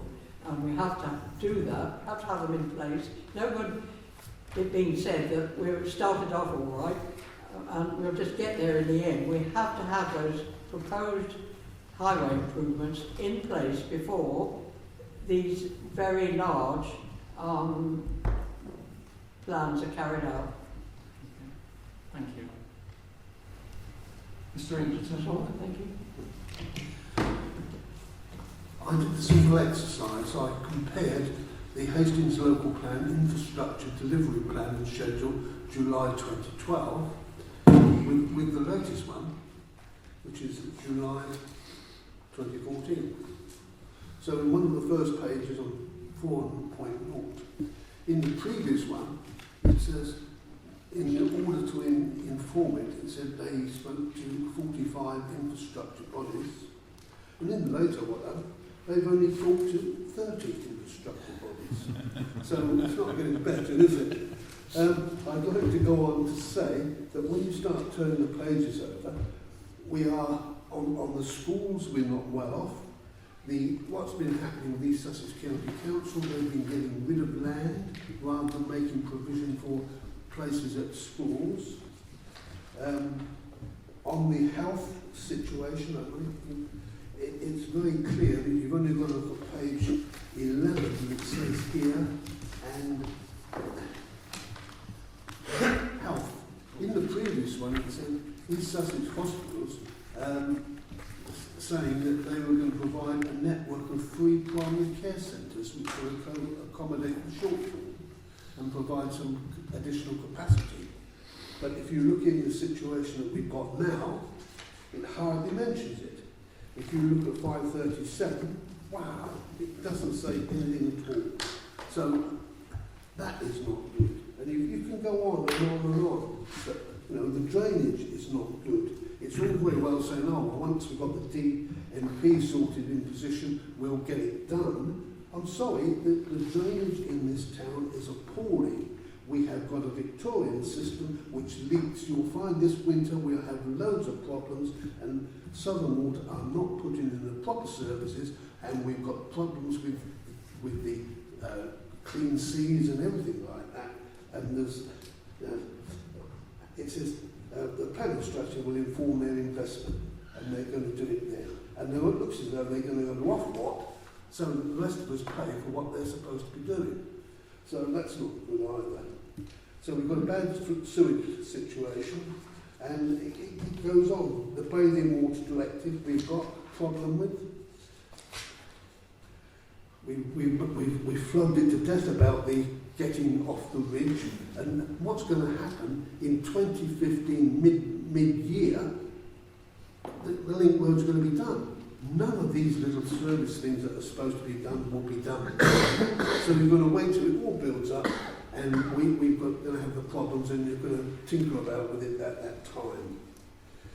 The police say, this is amazing, the police say, to accommodate additional people, they want an additional 37 police officers and 46 support staff, and an extension on their buildings. It goes on and on and on. And the fire and rescue service, and they can maybe only have one fire station. And my concern is the one along the ridge which serves basically where I live and the local villages. If that hasn't got quick access across the town, people will die in those particular areas. And I could go on and on. This infrastructure delivery plan is not up to the scratch, and we haven't got the proper infrastructure for the people who already live here, let alone the 3,400 people that are going to come later. Or 3,500 dwellings that are going to come later. Thank you. Okay. Mr. Newbold. Yeah, I would totally agree with that. In addition, I would say there's a section in here on page 8 about childcare and about the increases in childcare. I mean, I would say that this doesn't scope enough information about that. I'm aware that there is an early years childcare unit going into the bridge. That's right alongside this heavy, busy road that's going in. That's the provision that's going in to facilitate some of these children. There's got to be some better thought into what's going into these documents in this line, because there are some real issues which are going to cause very bad problems. I understand that these are all a single position where we are and it can all change, but I think that has to happen. There has to be some changes in these documents to make this on. We heard from Mr. Wheeler say that they're going to make improvements to the bus situation. They're going to put in more bus stops. What buses are going to stop on them? We've already heard there are going to be reductions in the bus facilities. Certain areas are losing their bus service. We've already heard that, and they're going to be removed. What's the point of putting a new bus stop in where there's not going to be a bus to go there? I don't have any of the answers that I want from that in any of these documents, so I would say these documents need to be updated again, which would suggest that they are not, there's not a reasonable prospect with it at the moment within these documents. Right. Yes, just, yeah. I've missed a few things out. There's no mention of poverty here, poor life expectancy. The point that I've made lots and lots of times is that people die early in these areas, particularly in bed or on trestle. If you live in Seville's, can you live 10 to 15 years longer? So we haven't got the right amount of doctors, we haven't got the premises to go with them, and we haven't got early diagnosis and treatment. We needed those 2 more health centres. We know where they should go, but they've not been provided. The clinical commissioning group know about it. They've been reminded on numerous occasions, and what they've actually put into here is just not the case. So we've got this under provision, and I need this to be properly updated with lots of information. On the health and social side again, there is a report by the government, and it's got 16 items of health. And in Hastings, we had 10 of them where we're not even up to the British or the English average. We are worse on 10 of those of the 16 in the town. Thank you. Yes, Mrs. Stevenson. I don't think you can blame the doctors for people dying earlier. I think it's to do with education about your lifestyle, and possibly there should be some emphasis on teaching parents and children how to eat healthily and not too expensively. I think that's the problem here. It's a lifestyle of smoking, drinking, not eating the right food. I don't think you can blame the doctors for people dying earlier. It's the general ignorance of what's a healthy life. Yes, Mr. Newbold, anything fresh? Yeah, it's just regarding the green infrastructure. I think it needs to go further. I think we've heard the council say that it's very difficult to actually get people out of their cars and back onto walking unless we have the facilities to teach children at an early age that our green networks are important to us, that we have walking, we actually can walk instead of playing a PlayStation or just jumping in the back of a car and doing that sort of things. They are very important, and certainly in this document again I see there are omissions. I mean, we've heard that a large proportion of speckled wood is supposed to be declared a green space. I don't think it's in here. Yet it's an important part of this document. It's not in here, and that's why I'm saying this document, which is the infrastructure delivery plan, needs updating. It's not consistent with what you've got in the rest of the plan. Right. Okay, good. So I'll ask the council to respond to the points that have been made. Please.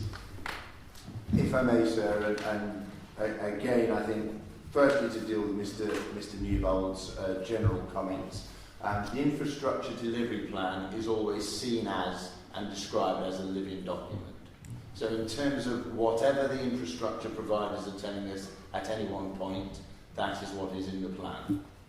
And if there is a significant change in their funding or their ability to provide something or what they see as a need, the document would be updated at that stage. I think, though, sir, and not wishing to disappoint Mr. Newbold, I must remind him it's an infrastructure delivery plan that supports, as part of the evidence base, the development management plan. It is not the speckled wood plan, and with respect, it will not be expected to be in the infrastructure delivery plan. We've talked about green infrastructure generally, sir, and I've reminded you of the policies written in the document that may give us the opportunity to get contributions towards that. I think it's also worth emphasising, sir, that the development plan process can only go so far, and it is not the Hastings Borough Council that delivers doctors' services, dental services, water connections, sewage connections. No, Mr. Pingleton, please do not interrupt. Those responsibilities lie with other infrastructure providers whom we have consulted, and whether or not you disagree with their view, I would go personally to Southern Water with a query about sewerage or water connections rather than to Mr. Ingleton. That is what we have to do. I hear your comments, sir. I've told you what Southern Water has said. I agree also with Mrs. Stevenson that in terms of life expectancy, there is a huge onus on the individual in terms of what they do, in terms of walking, what they eat, when they eat, what they drink and how much. Now, there is a role, obviously, for primary care trusts, as was, but what you will be aware of, no doubt, from some of your own experiences and maybe people that work in some of these professions, that over the last few years there has been massive changes in the way that the health industry is provided. It was, I think, Mr. Lansley at the time was the minister, and we suddenly had the splitting towards the clinical commissioning groups, which was somewhat then split from the estate side, i.e. the premises side. Now, all that I am saying is that in respect of health, Mr. Ingleton, the Hastings and Rother Clinical Commissioning Group has indicated it has no plans that would appear to directly affect the IDP. Now, that may not be a response you like, sir, but that is the response they've given us. Look at page 11. That is the response they've given us, sir, in respect of our requirement to consult and update the IDP. We heard earlier, sir... Please, Mr. Ingleton, look, we all listen to you with courtesy. Please extend the same courtesy I to Mr. apologise, Phillips. but I'm afraid he's attacking unnecessarily. It's his own document. It's the document that reflects what we have been told, sir, by the Rother and Clinical Commissioning Group. We also heard, sir, that there was concern. It was Mrs. Barrett that raised it in respect of the discussion generally we were having, but it was concern over primary school places, sir.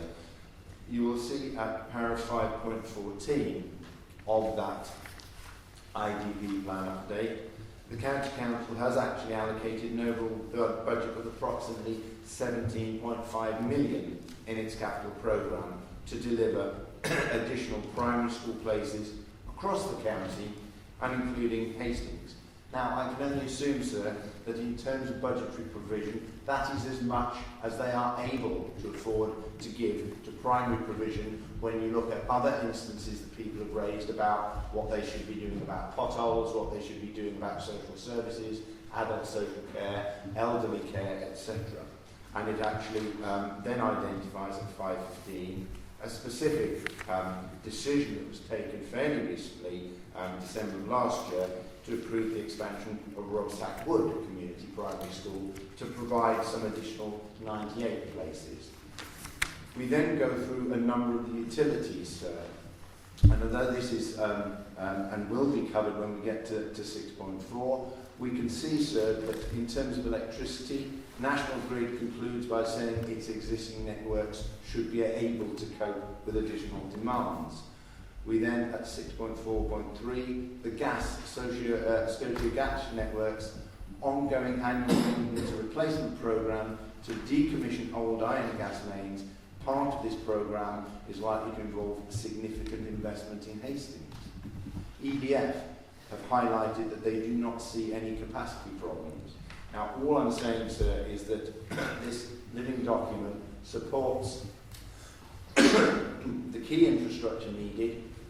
It identifies that which is critical, that which is less significant, and that which might be said to be desirable.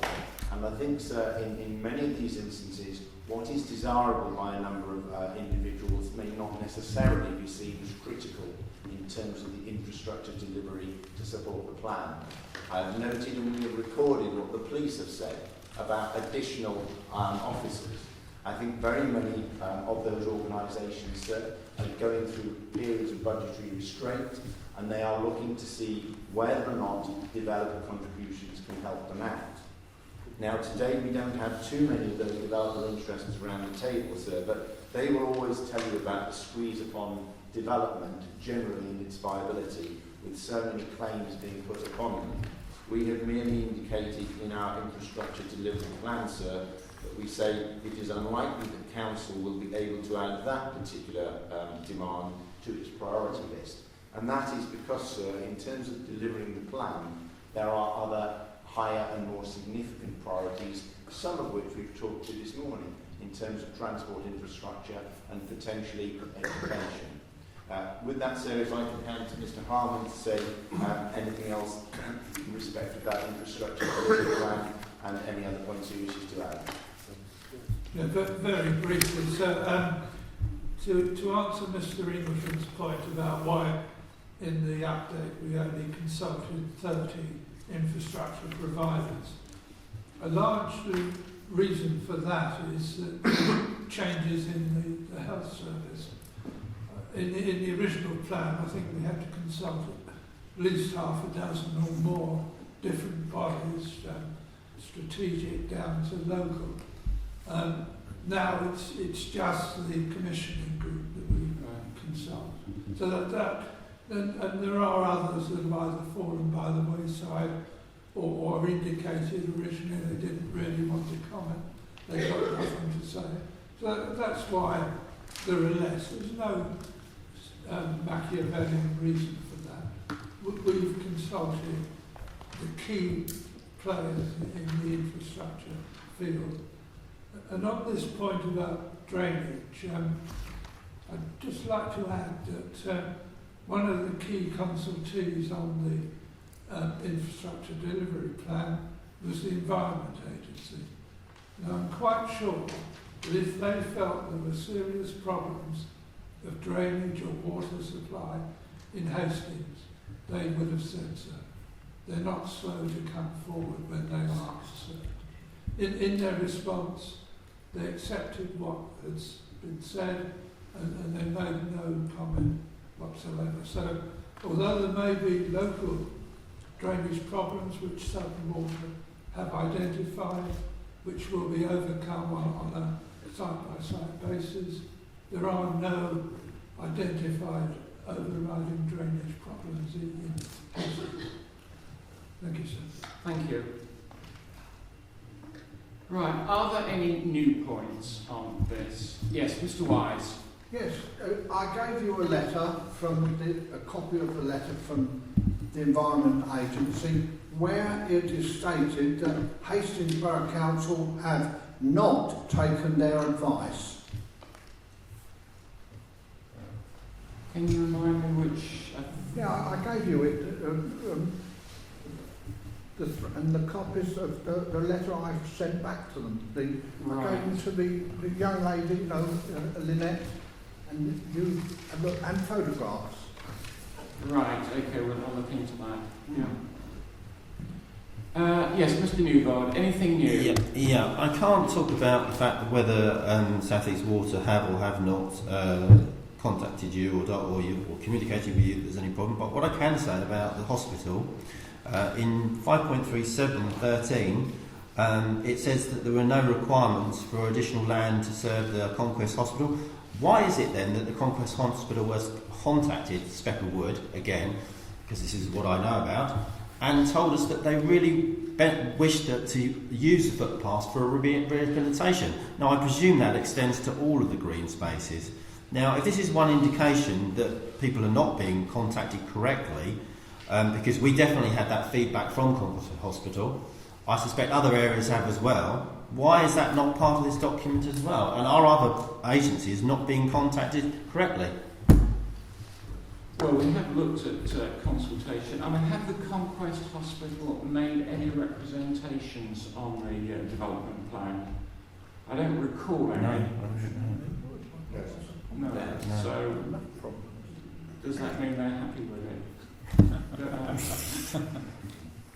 I only know that they've made contact with us to use the footpaths because they felt that they didn't have adequate facilities, and obviously I would think that extends to all the green spaces, and it needs something that needs looking into as well. I think we all agree that footpaths in principle are a good thing. I mean, but I think it's more than that. I think they were using it as a rehabilitation for their patients. Right. It's something that's not necessarily talked about because obviously the hospitals have to rehabilitate people that have accidents in the cars that they're driving around. And basically the reality of that is they all need these other infrastructures, which are green spaces, to actually go and walk and rehabilitate and come back to the health. Now, that's something they've outlined to us, and that's obviously they haven't given you a representation, but they've actually told us about it, so I'm giving the same representation to you that they give us. Good. I'm told that there was no representation on their part to the local planning authority which is producing the plan. Is that accurate? Yes, that's accurate, yeah. Right.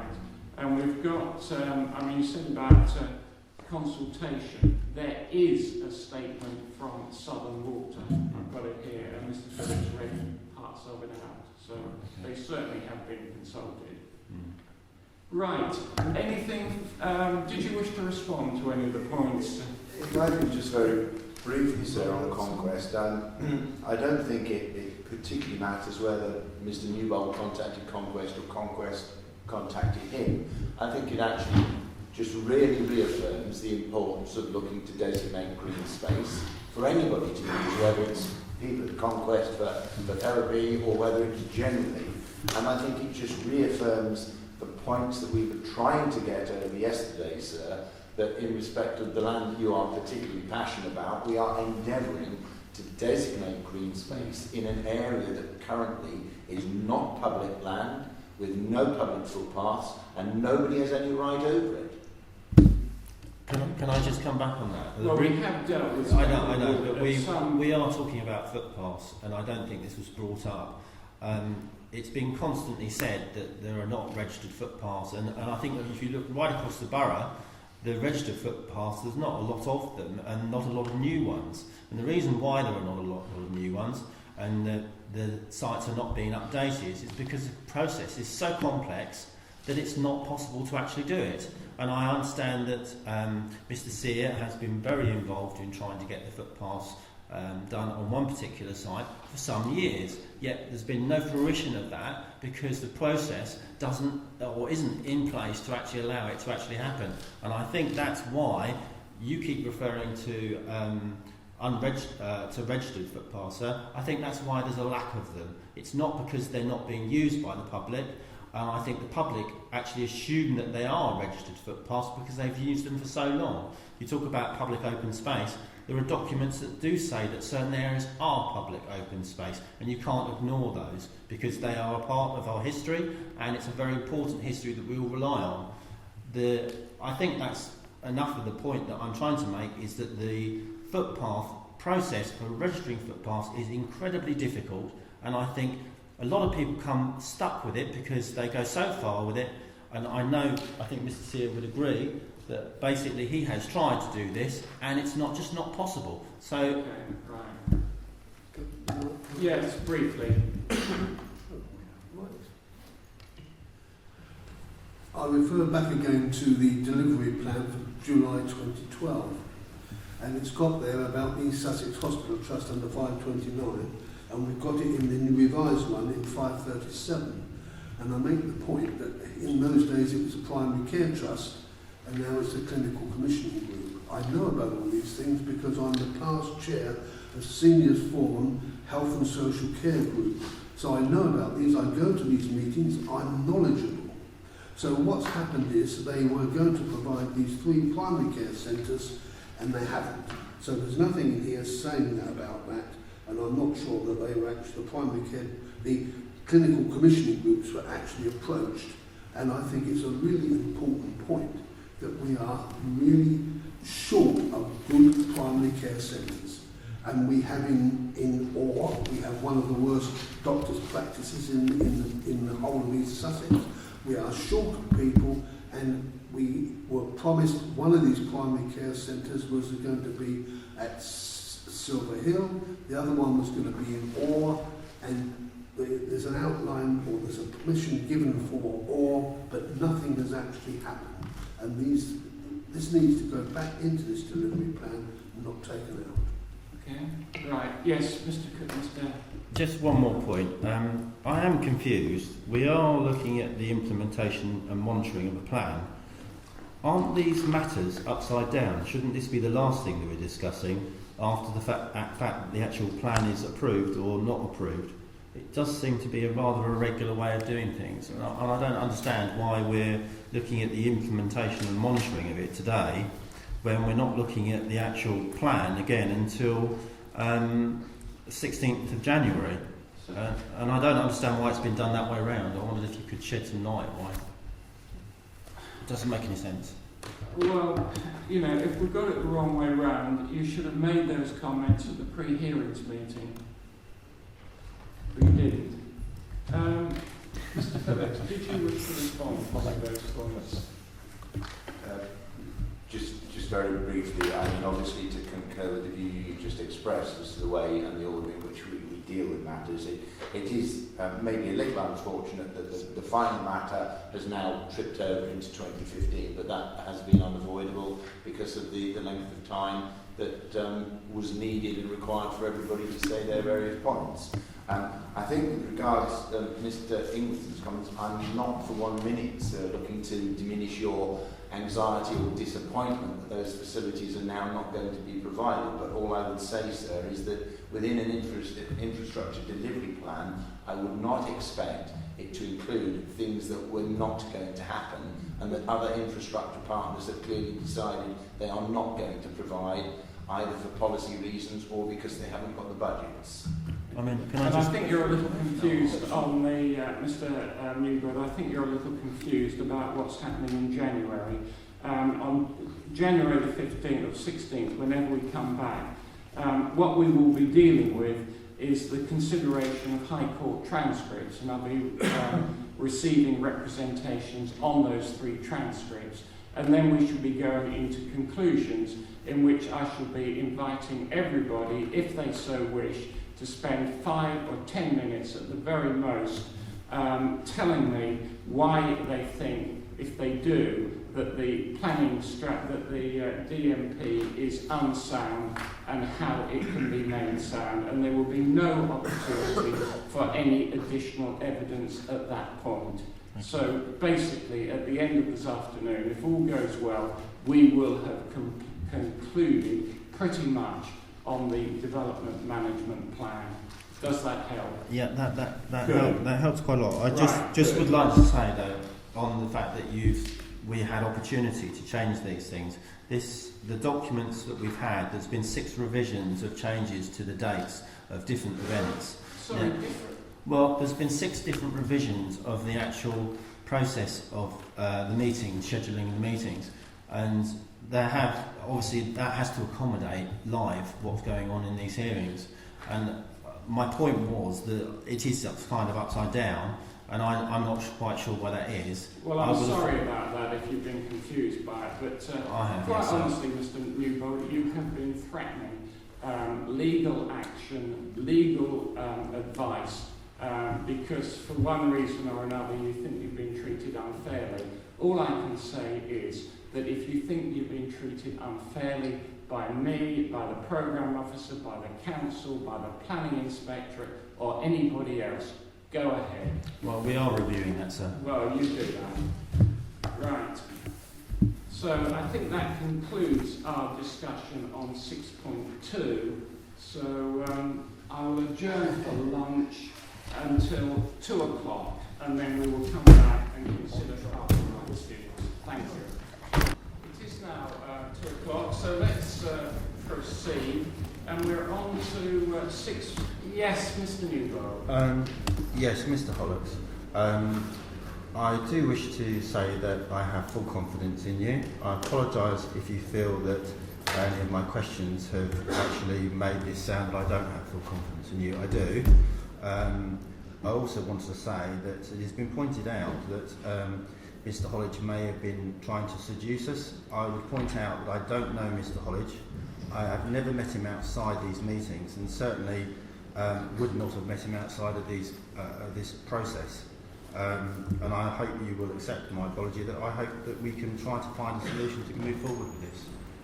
Well, I accept your apology. Right, 6.3. Is there any prospect of park and ride scheme or schemes? Is this a matter which has been discussed with relevant bodies? And I do have the Borough Council's written response, and also there is a response from the County Council, which I have in front of me. And do either the Borough or the County Council wish to, I'll go for the Borough Council first, as it's your plan. If I may, sir, I'm aware that the matter was discussed at the strategy, what we've endeavoured to put in here, and as I understand the County Council, is just sort of further information as to the state of play of things since the strategy discussion. Other than that, nothing further from myself, sir. I don't know if Mr. Harman or Mr. Williams wish to add.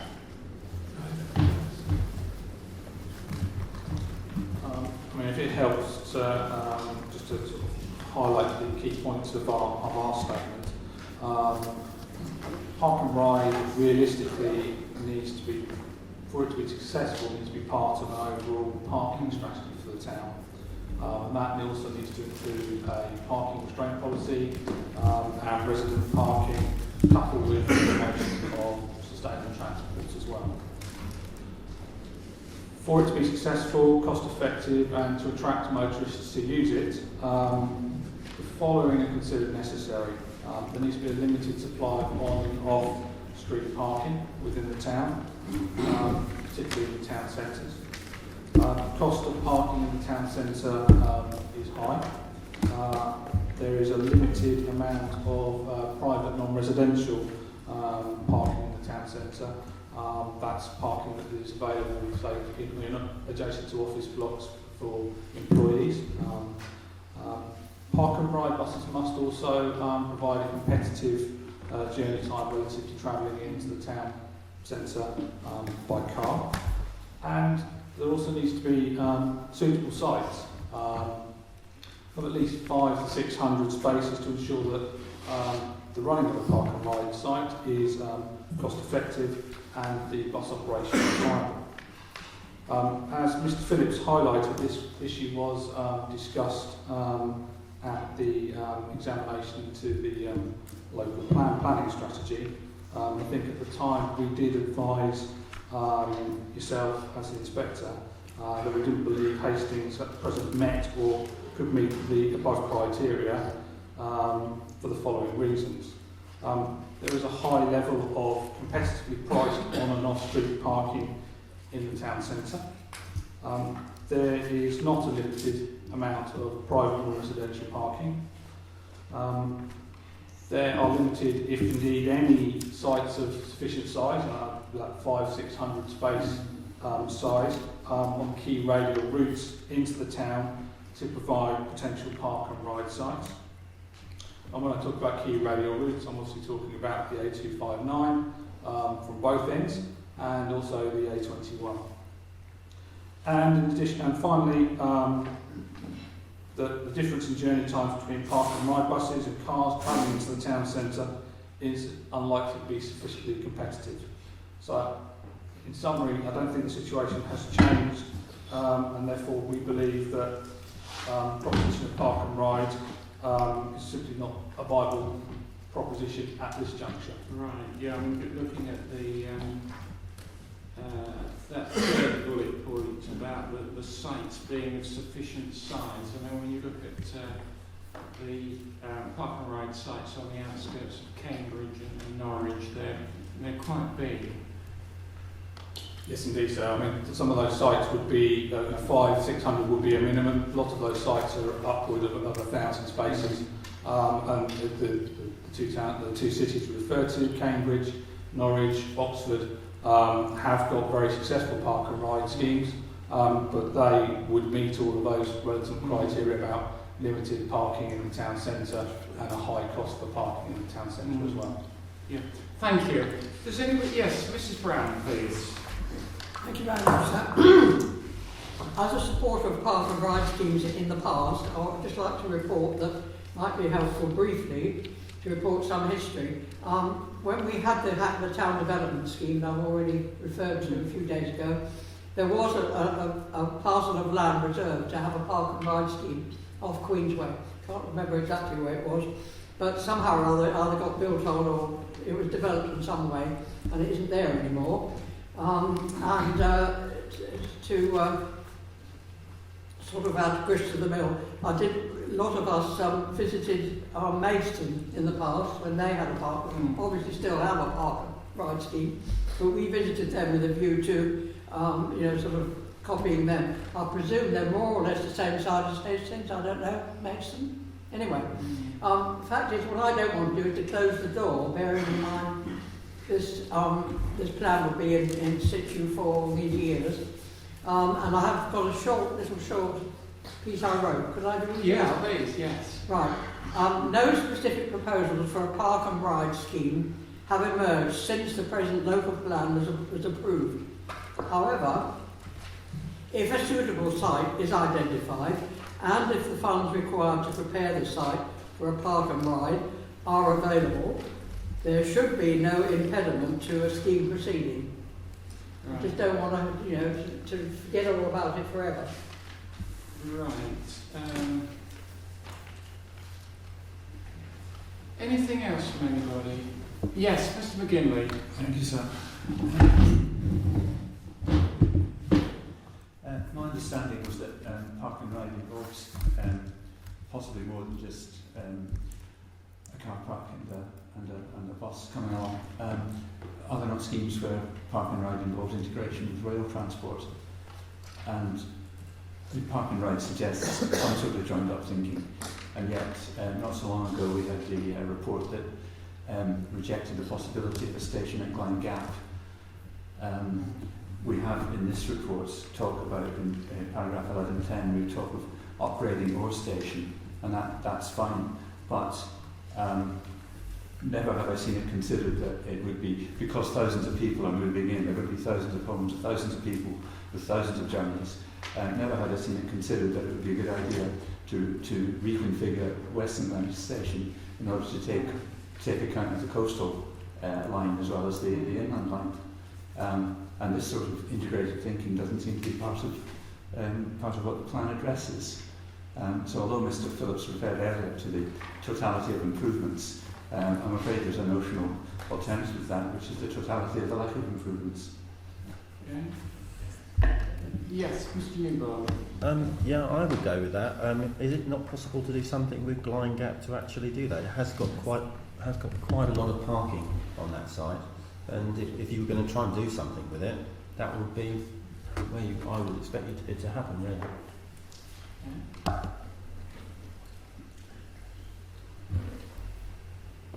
Right. Yes. Council, do you wish to respond to those points? If I may briefly, sir, and then Mr. Wheeler, I can see is itching also to come in on that, sir. In terms of park and ride, there is reference, chapter 11 of the strategy, sir, to park and ride, and it actually goes on in para 11.26 to say that, once the situation with regards to park and ride is exactly as Mr. Wheeler has just described it, sir, it does go on in the second sentence of para 11.26 to confirm that if circumstances change during the lifetime of the plan and it was proven there was an identified need, it was financially viable and a suitable site was available, then proposals for park and ride could be considered. And then etc. Now, I think I'm right in saying we put that text in partially in response to specific points that Mrs. Brown had raised at that time. At the moment, sir, as Mr. Wheeler has said, the situation is not looking particularly good for the provision, but we certainly haven't closed our minds to that idea. I think that the other point which Mr. McGinley has raised, sir, which is also drawing from the strategy, and that is at 11.10.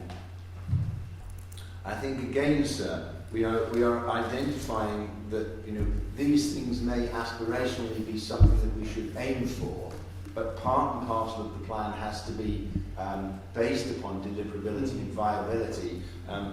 As far as I'm aware, the rail providers are not at the moment considering, or it's not even on the horizon. But if Mr. Wheeler wishes to comment further on that, sir. It's all about this business of a realistic prospect of things taking place, isn't it, really? Just to follow up on yes, Mr. Wheeler. Sorry, thank you, sir.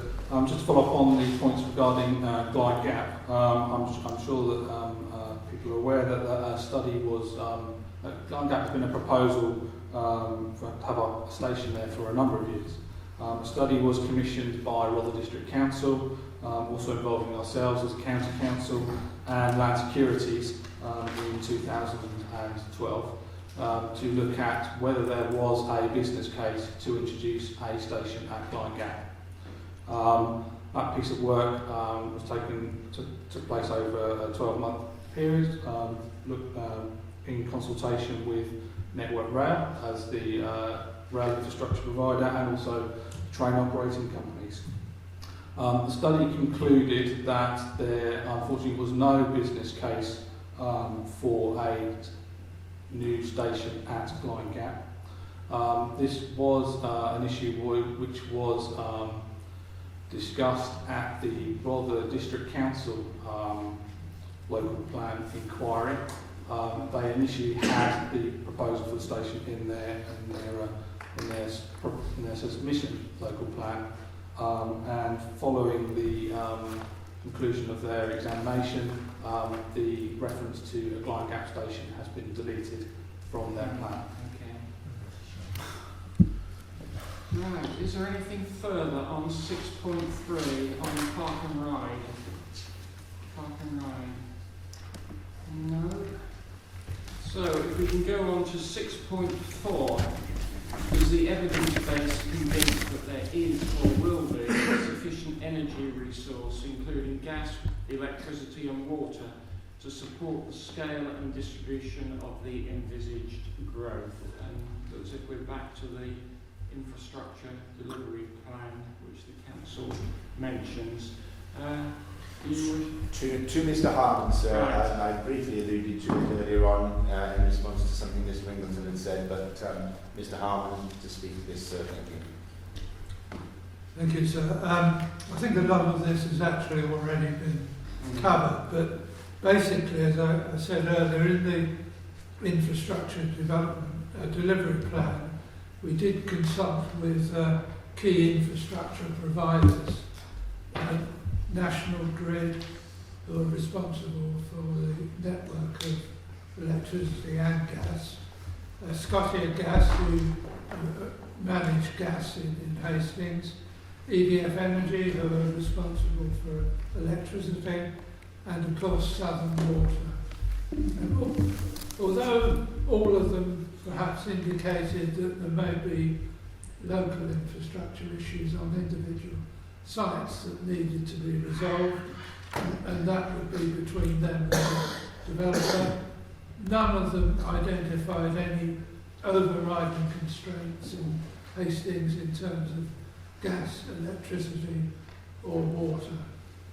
Southern Water in particular looked very closely at all the sites in the DMP on at least 2 occasions and advised where there were capacity constraints.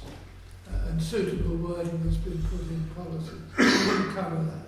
So I think we are satisfied that there will be sufficient energy resources to meet the requirements of the plan, and none of the statutory consultees have indicated otherwise.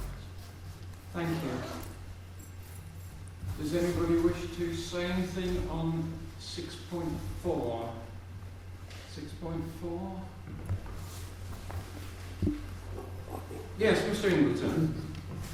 Just to say on the electricity supply, we have mentioned before about undergrounding the services that run down the Ore Valley, so that's the one there.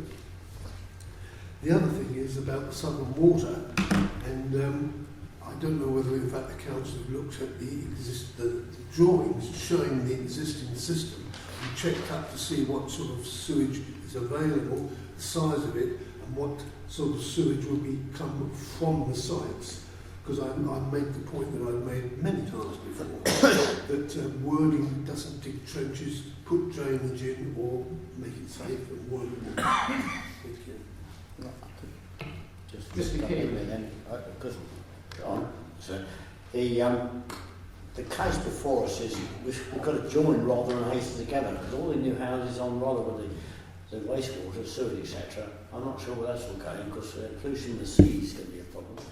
And I don't know what the situation is, the plan, but to have clean sewage water, it can be an issue for disease if we don't do it.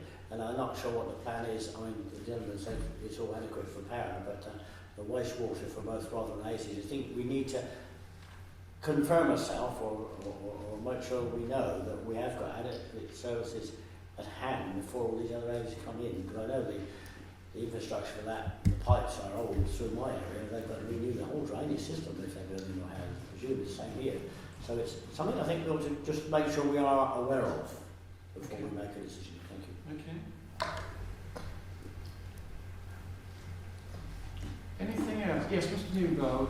Yeah, I'm not sure whether that comes into this or into the section on beaches, but definitely I think we're already seeing that there are warnings coming out about the fact that our beaches are not reaching the required level this year because of the fact that we have outfall into it.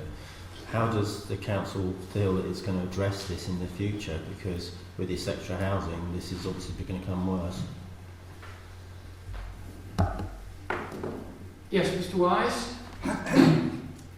Have the gentleman on the other side considered what's going to happen, because we're putting all these new houses online, the sewage pipe that goes all across the front of the garage area under that Mr. Sid Little built under the road along the seafront from the pumping station in Rocknor up to the sewage farm at Pepsham. The thing is, how is it all going to cope with the problems that these people want to put onto the system? And B, what are we going to do when if we're still members of the EU, or you see what they're calling EU, Europe, because after 3 days rain, the whatchamacallit at Rocknor opens up and the spare stuff goes out into the sea. Now, if we put more houses up, there's going to be more effluent and muck going out to the sea. And I understand within 2 years the European Commission are going to prosecute possibly Hastings for this. It's next year. Oh, next year I've just been told. 2050. They're going to be prosecuted for pollution. Right. Anybody else before I invite the council to respond? Yes, council. I mean, we've got this statement from Southern Water that we were looking at previously, but have you wish to respond? If I may, sir, you've already referred to the statement, but it's just that the comments made by Southern Water cover both sewerage and water supply issues. I think regarding Mr. Ingleton's, have we looked at maps showing where the pipes are? Well, the Southern Water response would certainly have done that, sir, and they have made their response to us. I agree with him that words don't dig trenches, but developers do, sir, and if they were required to by Southern Water in their response to an application and as required by the criteria in our policies, then those trenches would be dug, sir, and it's the developer that pays for that, so that would not be any additional burden on the taxpayers locally. Right. I mean, sorry.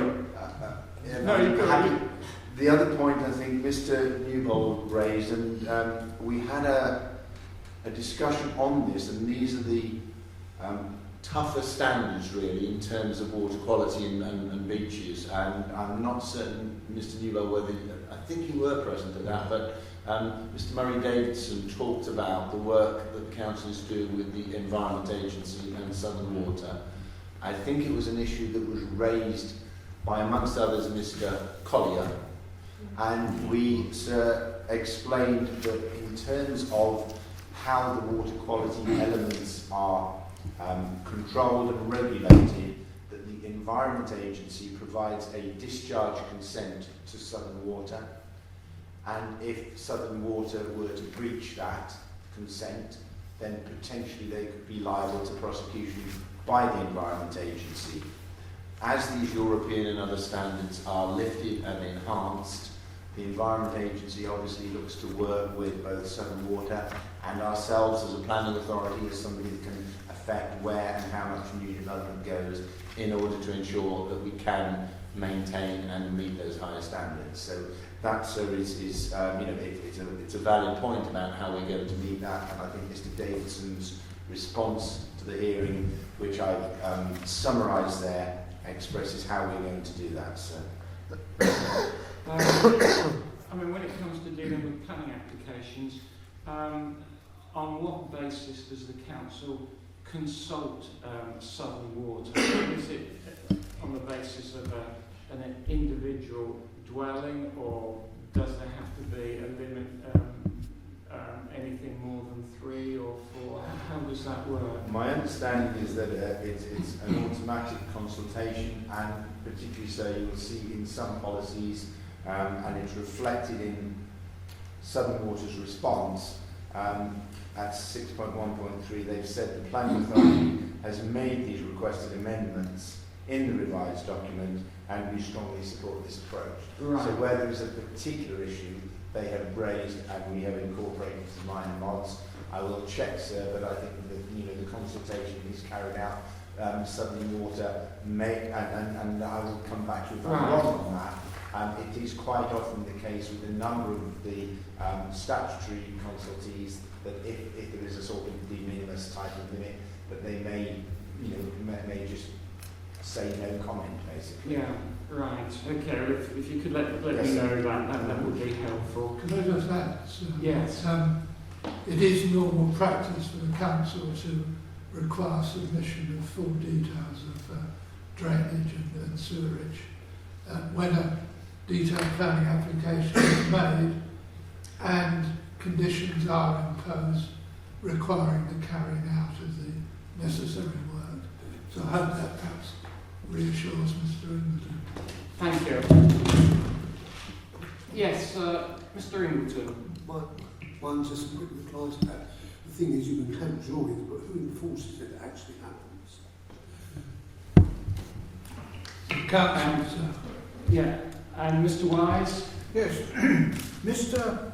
Davidson gave us a very clear and precise explanation what was happening to the sewage water that was being dumped into Bucks Hole reservoir, and that was the material that was eventually going out to the sea. And they've done a lot of work, but there's still, Southern Water's still got an awful lot of work in Coronation Wood, Old Royal Gill, because the iron pipes are still only about that size still, the Victorian pipes. And I don't think Mr. Phillips quite put that right. It sounded as if Mr. Davison was trying to say that the whole of the town water that was being put out to sea had been improved.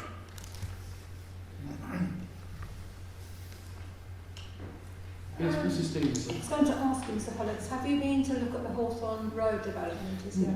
No, I haven't, not yet, but I will. Right, well, I think that's a very good example of planning being given for a development, and that side of it wasn't actually looked into properly, and nothing's been followed up, because anecdotal evidence suggests that the drainage situation up there is dire, and that you can see water and sewage running down the road. Now, I haven't seen that, but I've heard about it, and I just wonder, you know, we say all these things, yes, it'll all be sorted out, we make sure the developers do everything correctly, but up there, something I think has gone really badly wrong, and it needs looking at as to what is going on up there. Okay, yeah, that's on my list of places to see. Yes, Mr. McGinley. Just on that matter of Hawthorne Road, by coincidence, I haven't had the document with me if you would like it. Well, I'm very reluctant to keep accepting, or even start accepting late reps, but tell me what you wish to say. No, I don't. Well, just that it's another case history of Hastings planners getting it wrong. One of many. I see.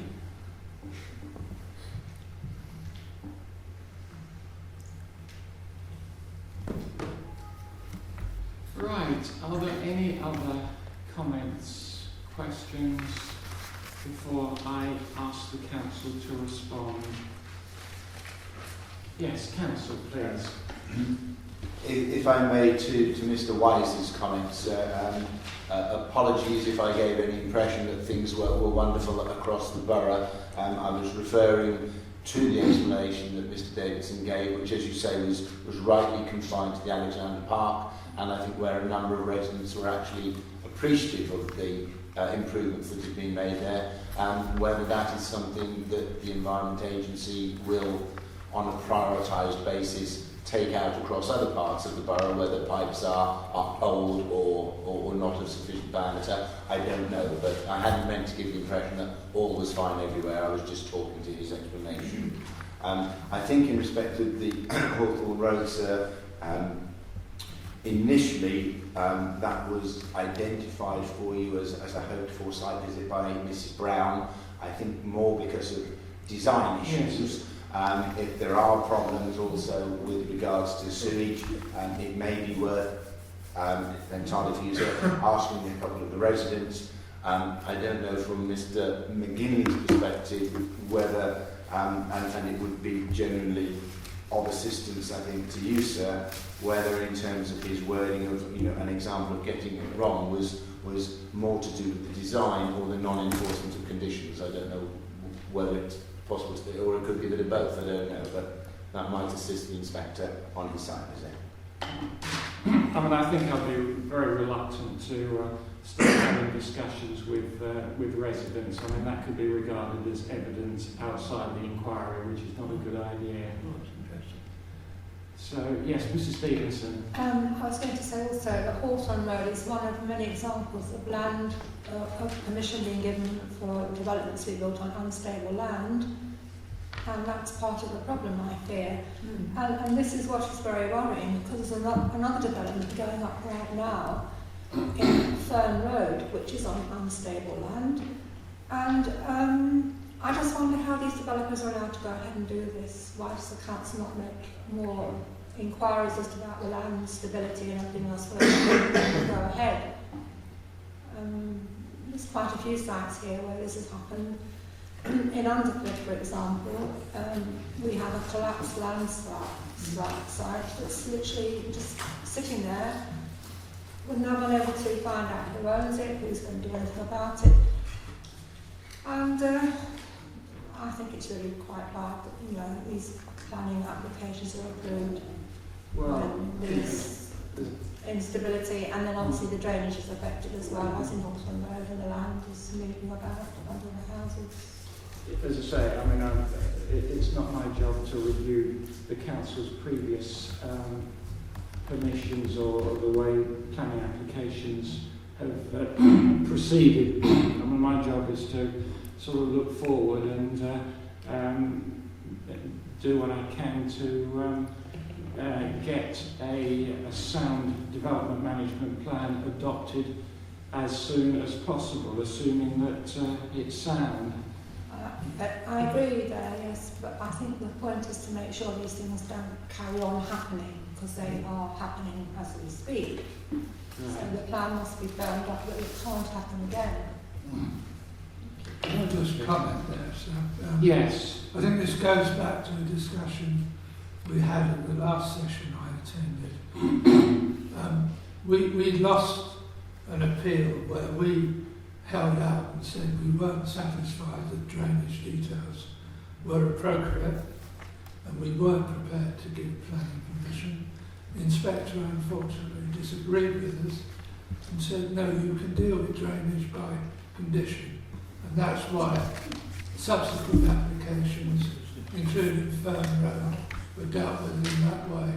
What we said to you, I think, sir, 2 weeks ago, was that the planning guidance that accompanies the NDBF now says quite clearly that you should ensure that the unstable land can be dealt with before you give planning permission.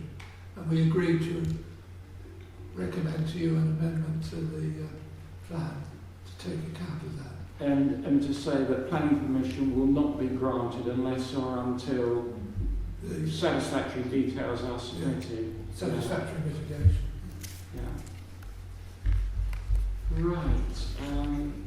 Is there anything further on 6.4? 6.4.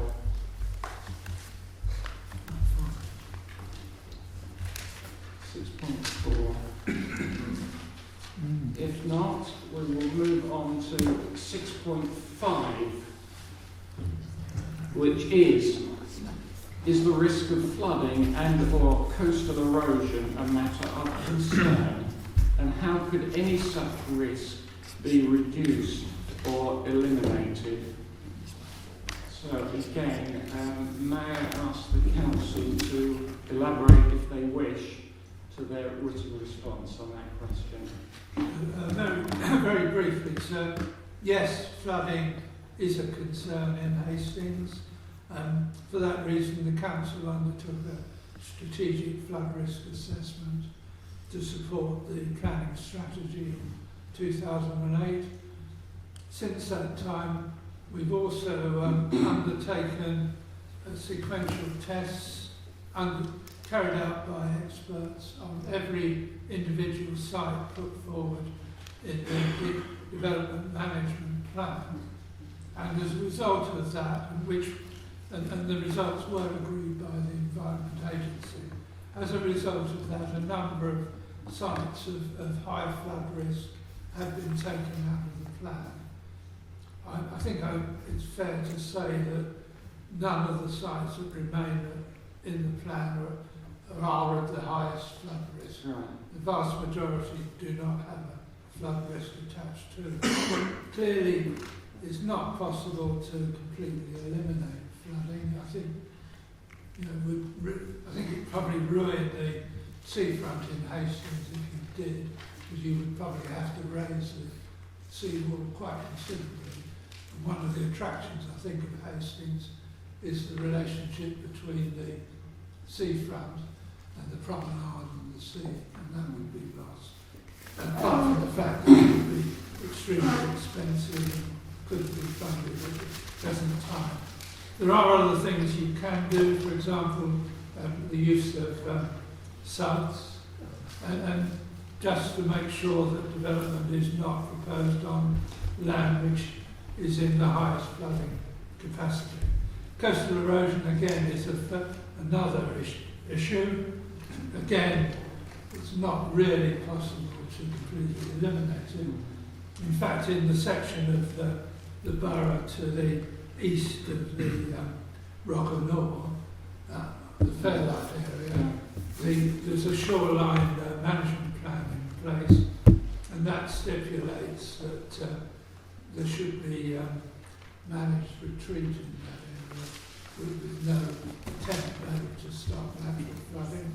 In the rest of the seafront, the policy is to hold the line, and there have been various surveys undertaken which have shown what needs to be done to try and reduce flooding as much as possible.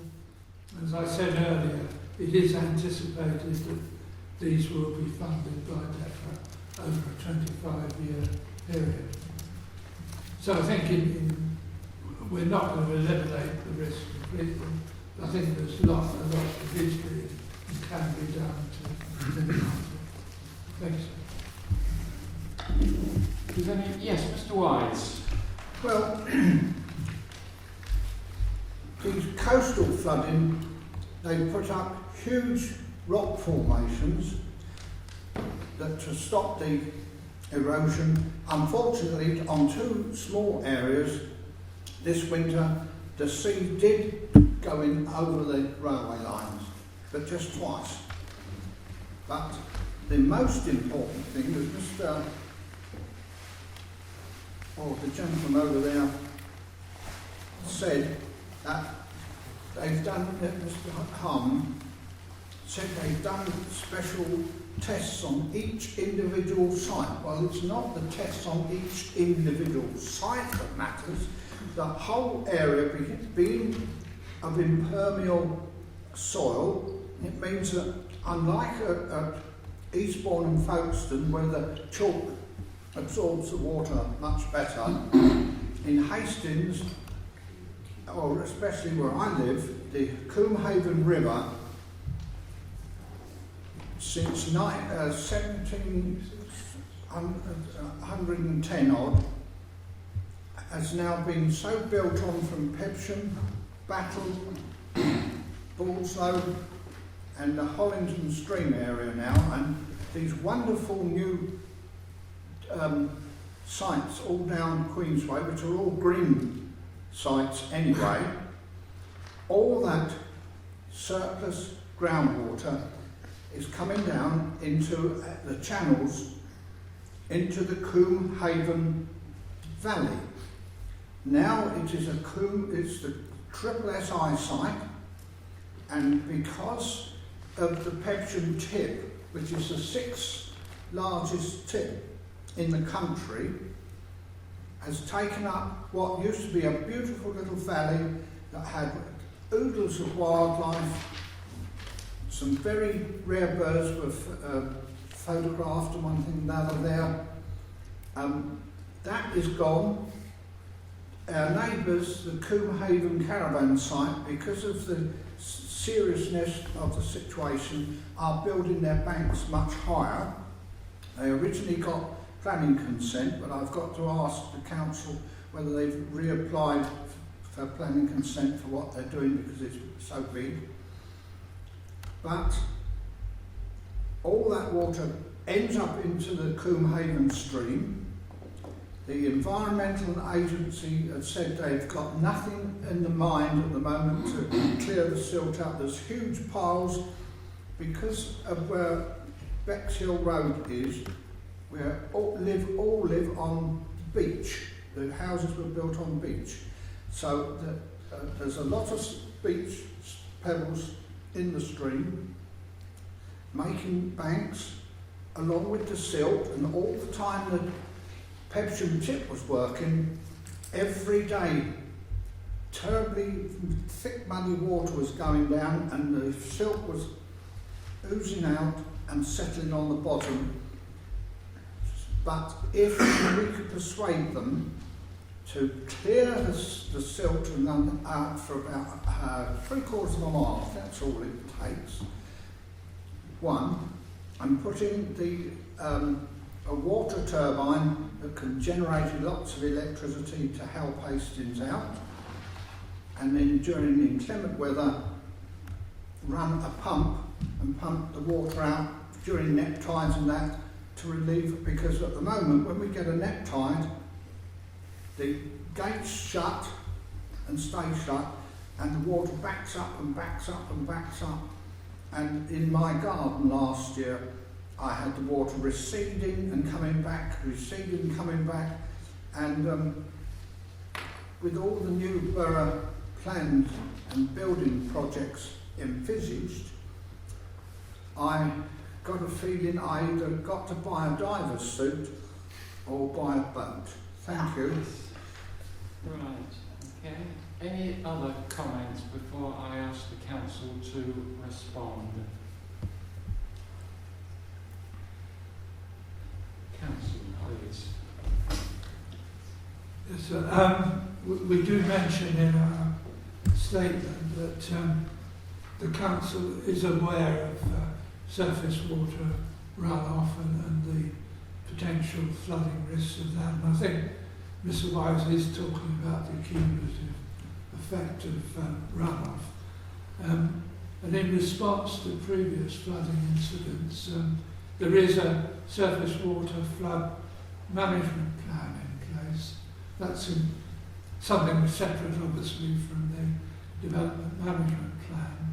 But that does make a number of recommendations about how the water courses in the borough should be and can be managed to try and minimise the impact of runoff, and it particularly promotes the use of suds.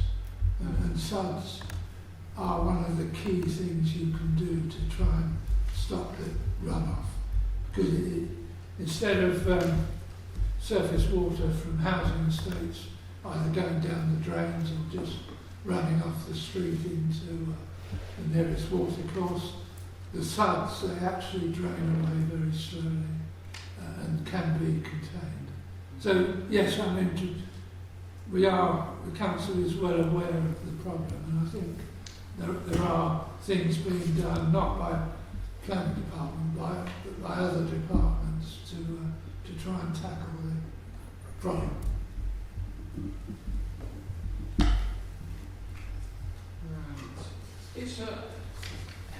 Has there been a problem in Hastings and St Leonard's with people concreting or bricking front gardens? Has that increased surface water runoff? Has that been a problem? It would, certainly. It's not a problem I'm aware of. Not particularly been aware, sir. It's not as prevalent as in some other areas of the country. However, the policy that Mr. Armin has referred to is that policy SC7 in the adopted strategy, which again, sir, when we look at and have talked about the development plan as a whole, you will recall, sir, there was some suggested move as to whether or not the government could remove permitted development rights in respect, but that seems to have gone away somewhat. It was in recognition that in parts of certain cities, the I suppose propensity to completely concrete the front garden, to put the 2 or 3 cars on, was leading to an issue. I suppose in some ways, if it hadn't been done that way, it leads to an issue with parking on the streets. But there was the thought that should require planning permission, but as I say, that has disappeared. But we do have that policy, sir, and ask that development make use of sustainable urban drainage systems or SUDs. Okay. Yes. Anything further on 6.5? 6.5? Yes, Mrs. Stevenson. Just one little observation about this cycle track they put in at Westerhaven near the beach huts. The sea is so vicious up there and so determined to have its own way that I think, was it last year or the year before, it actually pulled up about a third of the track they'd laid. So the net paved just like a helter-skelter like that, so it was gone. And I wondered why on earth they put that track down up there, because there was a huge grant given to us for this cycle track. I was going to ask Mr. Sear about it, but he's not here now. And virtually a third of it was lost, wasn't it? Gone. Which I think, it doesn't impress me that anyone from any council, ESCC or HBC, would actually consider putting a net paved track down in a marine environment. And when I made some inquiries, they said the net pave was guaranteed. Yes, the net pave was fine, but the actual environment had never been tested before, and I found that very worrying that could happen without prior investigations to suitability going on that side. As you say, it's unfortunate Mr. Sear isn't here. I honestly don't know, and I can't confirm whether it was actually in response to a request from community groups that was something that they wanted in that area or not. I can't help, I'm afraid. Well, can I come back on that? It was actually, it went on for considerable time, an application for a grant from the Sustenance, lottery thing. And that was just generally agreed that they would have the cycle track from Hastings to Bexhill, Bexhill to Hastings. So it had to go along the beach, not on the beach, but above, on the top bit. And I'm just saying that with the huge grant we were given, why on earth didn't someone from the council actually make sure that that net pave was suitable for a marine environment? And we're quite angry to think that money just been, no, that's all right, we'll stick it down there, and it's gone. And in fact, along where the beach huts are, it's not much better. It's caused flooding there because they had to remove some of the shingle to lay the net cave, and of course now the drainage system's up the creek. I'm just saying, you have little confidence in some departments of the council and the ESCC to do the right thing when residents actually said that's not going to work, and no one listened to them. So just my comment. Okay. So 6.6. Are the various indicators and targets sufficiently precise? Does the council have an effective monitoring system in place? What provisions are there for getting the strategy of the plan back on track should such remedial action be required? I do remember we had quite a long discussion on this at the planning strategy examination. Council, do you wish to add anything to your written response? Very briefly, sir, before I pass to Mr. Harman, we've put together our response to this and obviously would like to draw attention to the targets that are at the back of the Development Management Plan, pages 216 to 220. We do make it clear that our regular monitoring reports are published twice yearly, and also, sir, that in respect of where we are in the local plan process, we have recognised, and this is in para 6.62, that the planning strategy has obviously very recently, or only very recently, been adopted in February, that until this plan has gone through its process, there is limited things that we can monitor, but we have endeavoured therefore to focus upon certainly what is seen by many, and certainly the government, in terms of the concentration on housing and 5-year land supply. So that is reflected in the current or latest monitoring report. You will see, sir, in terms of the terms of reference of the local plan monitoring board, that we have looked to include the key cabinet members for housing, planning and regeneration, as well as a wide range of officers across various service areas. You will also see that because of the nature of how we have developed our plan and cooperated with neighbours, that we are also represented on that board by officers from East Sussex County Council and also Rother District Council. And there are opportunities within that constitution to invite others as and when required, i.e. utility companies, so that if there was a delay, for example, in the provision of a particular piece of infrastructure, or a query regarding primary education provision, or indeed some of the health facilities that Mr. Ingleton was expressing concern about, a representative from that body can come and explain to the monitoring board what that current situation is from their perspective. We've also, sir, within the council, have a regular performance monitoring on a quarterly basis, and that's there as Appendix 2 to this submission. Bearing in mind what I have just said, sir, about the strategy having been very recently adopted, and our focus at the moment on this plan and the examination of its plan and our responses to the various representations, that performance report really focuses upon the process and stage that we're at in the development plan process.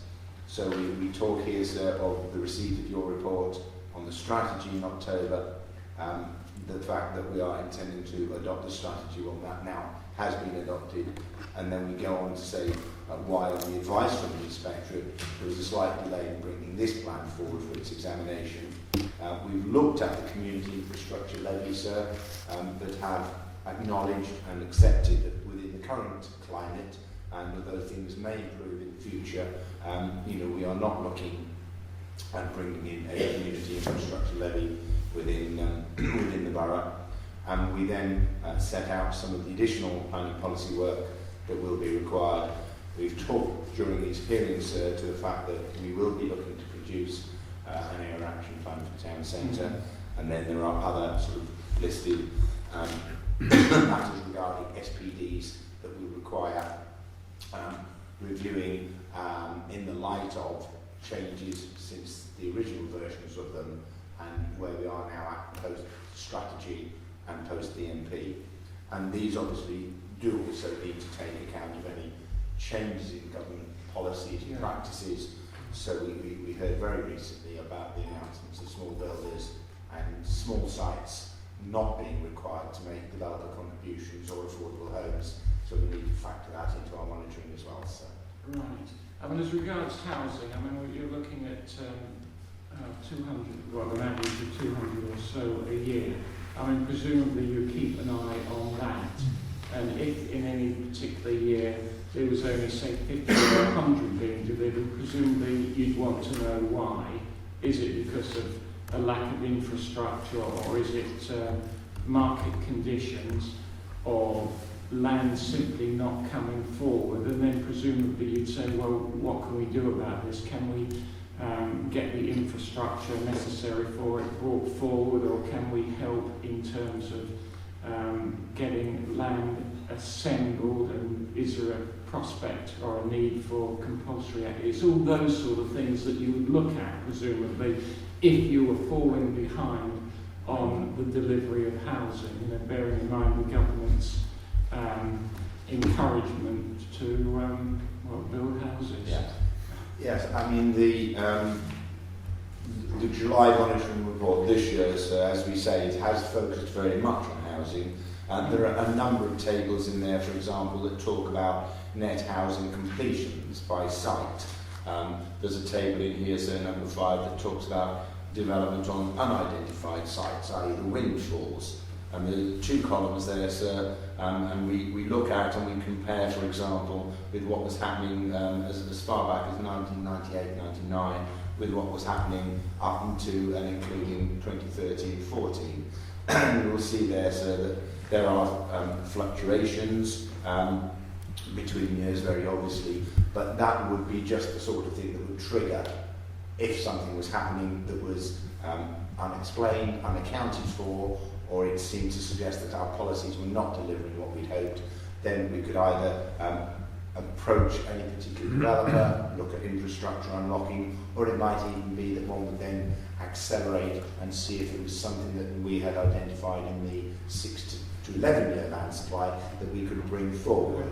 And I think it was when we were talking about some of the sites up by Harrow Lane, in the submission of the council there, we did confirm that that was a site, if it remains in the plan, it is in our ownership, so we would have some flexibility there to bring something forward, or if things were happening perfectly well elsewhere, to leave that one so that it could contribute, and ideally the trajectory of delivery as far as possible should be a flat line rather than spiking, and that is the sort of flexibility that does come with the prospect of either a site that we have some control of, or if a housing association has that, or indeed in respect of 1 or 2 of the sites we spoke of where our colleagues in the county council are bringing forward that land.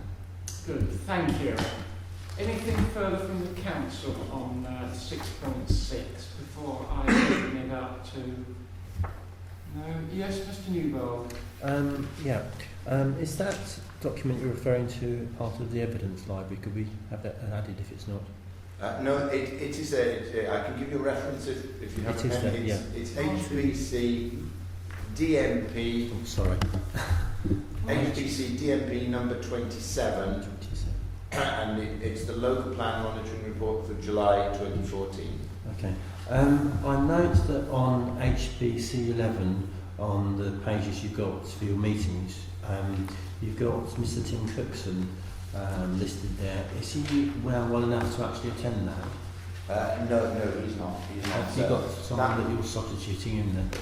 I'm acting for the Borough Council realistically in that capacity, yes sir. Can I also ask, is it possible that there could be some kind of public or community attendance to these meetings as a safeguard or as a monitor? I'm not certain that is in any agreed terms of reference to that monitoring board. It says additional parties who will be consulted as and when required, for example, utility companies. Now, it doesn't expressly exclude, so if, and I have to be very careful with my wording here, so I'm not raising expectations.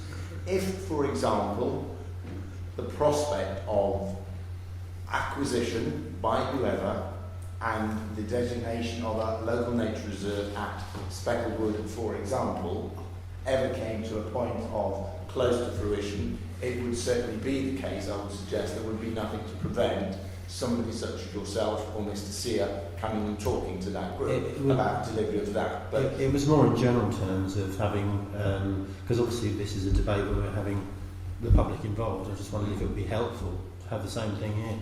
I'm just saying there is nothing to exclude, but in terms of reference are as set out in the matter that the council has submitted. Could we have some direction? Well, I mean, I don't think I can't force the council to invite people to its meetings. So, you know, it's just that it works on other meetings quite well, and I'm just the point, because I know it works on some of the planning committees have community groups come along, and it works quite well with that sort of environment, so it would work for it here. I mean, presumably this would be part of the council's standing orders, I would have thought. Yes, sir. And you know, my understanding is that you have the persons there, and the opportunity is there for that group, that monitoring board, to invite who they feel can helpfully contribute to their debate. There would be nothing, as I would see it, sir, in that for any individual to say, we know that the council's policy on such and such is delivering well or is not delivering well. Is that something that the monitoring board can consider?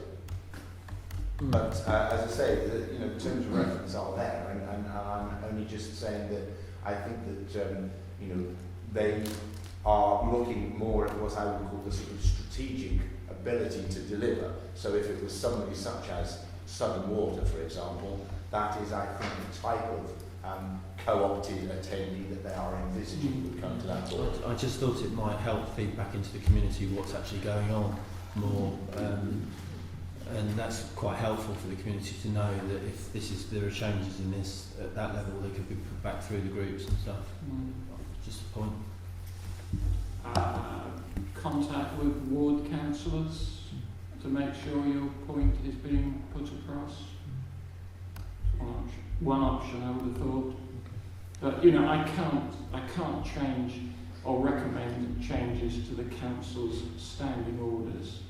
I haven't got any. Oh, haven't you? Oh, I see. No. Well, I can't force the council to have standing orders that will include. Yes, Mr. Ingleton.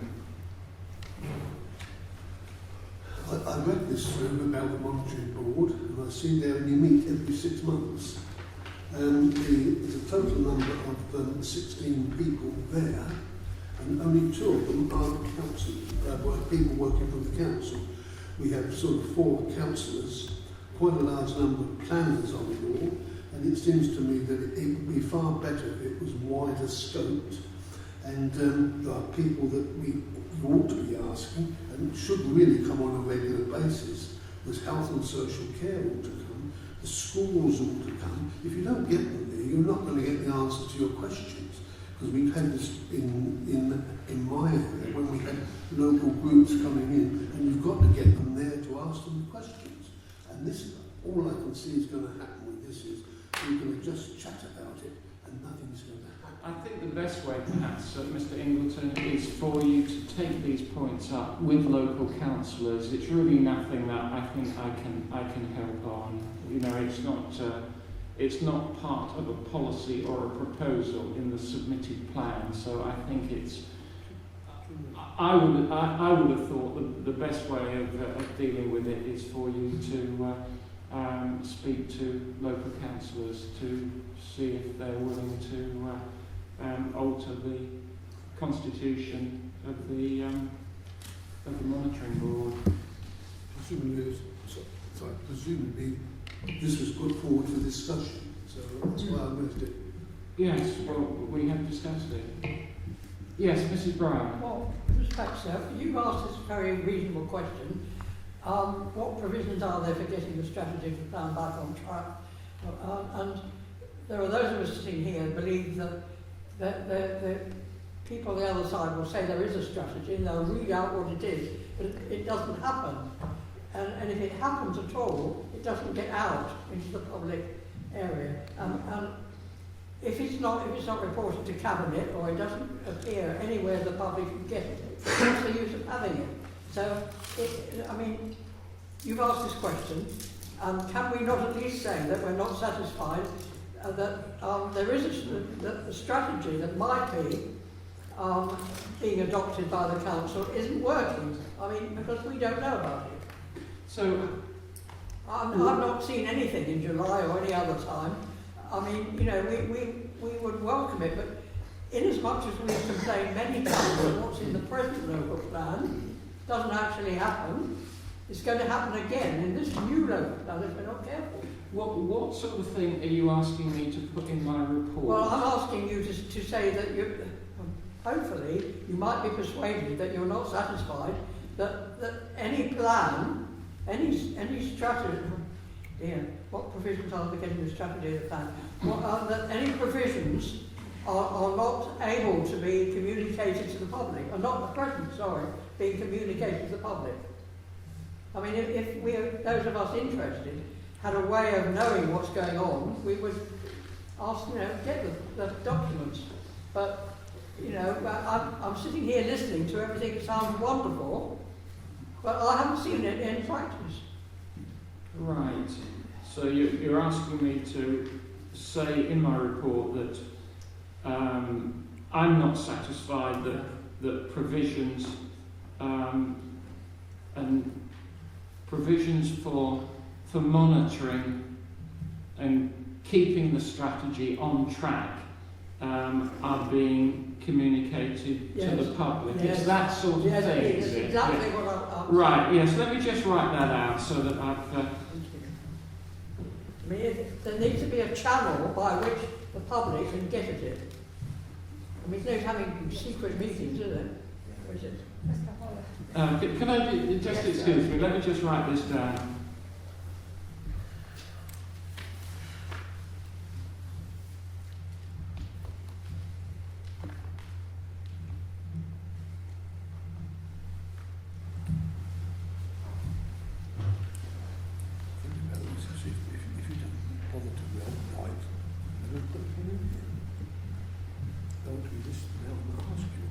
Right, well, this is what I've got.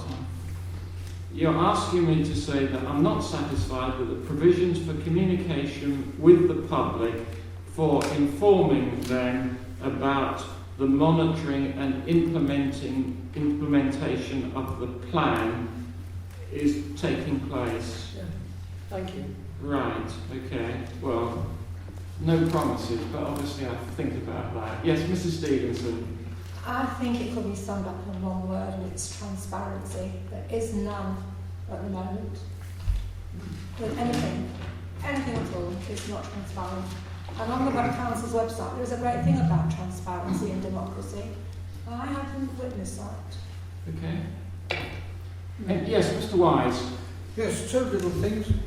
I was going to ask, can't we possibly have a copy of the monitoring reports and what they find, probably every 6 months, available for the public to buy? That's one. Two, Mr. Phillips, I did ask him the other day, carefully, but I can't remember exactly what his reply was. What are we going to do, or is he or his colleagues going to do with the wildlife on most of these sites, because there's nowhere for them to go, no foraging. If I build and end up with a carpet of concrete, what am I going to do with the animals that I've pushed off? Do I shoot them? Or what do I do? Do you follow? We've got to the point in Hastings where there is honestly nowhere for the wildlife to be shoved or pushed. we either got to properly accommodate them because they're all legally protected, but the council officers don't seem to be interested at all in our legal obligations. Thank you. Okay, right. Anything further from anybody?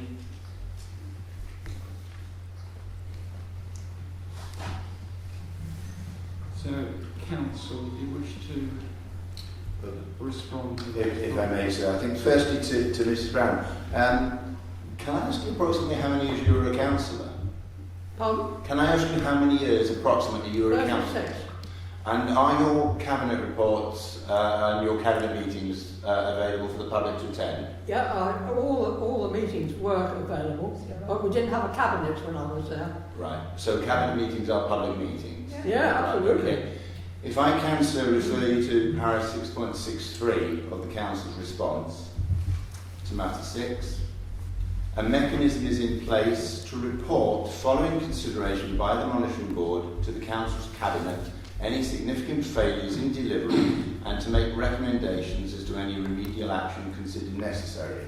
So in terms of transparency, any member of the public could attend any Cabinet meeting in order to listen to whatever the debate may be in respect of the Monitoring Board's report and reporting of any significant failure in any of the policies or allocations in the plan to deliver.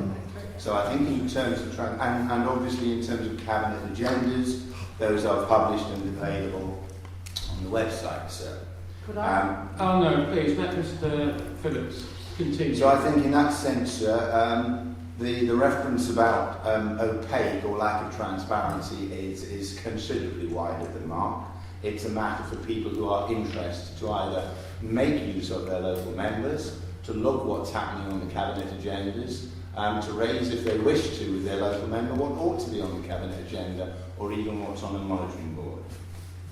I think that the other point that I would like to make, sir, is that the Monitoring Board is going to be looking at what might be referred to as significant or high level matters regarding the development management plan, and only in the event of us falling short of those targets to be recommending to Cabinet what they do about something. And that review, just so that people are clearly aware, might actually have to include looking at the allocation of further sites for housing if we are not meeting our housing targets. So that there's no expectations being dashed there, sir, the plan needs to deliver growth. If it's not delivering growth in one particular way, the Monitoring Board may be recommending it being delivered elsewhere within the borough.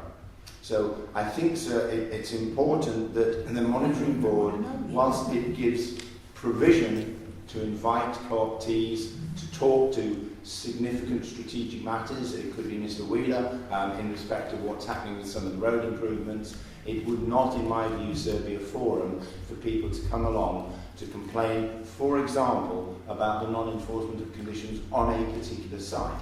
I think the generality of what people have said at these hearings about the quality of what has been built in some instances and the non-enforcement of conditions is something that I can take back, and indeed I can confirm the lead member for planning has been present at most of these hearings and would have heard that himself. The other point, sir, about the local plan monitoring report, the regulations require us to publish that. So that is also, it's available on the website. Now, therefore, in response to Mr Wise's, can it be available to buy? We can even do better than that, sir. It is available free to download if you want to.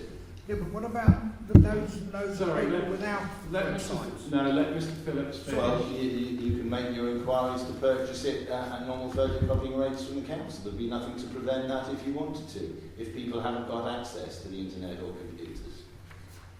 Secondly, I did respond to your query about wildlife, what are we going to do, because you asked what I personally was going to do, and I think I said I personally was not going to be wheelbarrowing the wildlife off the sites. I said I hadn't got any of the special licences that Mr Giles Coe had.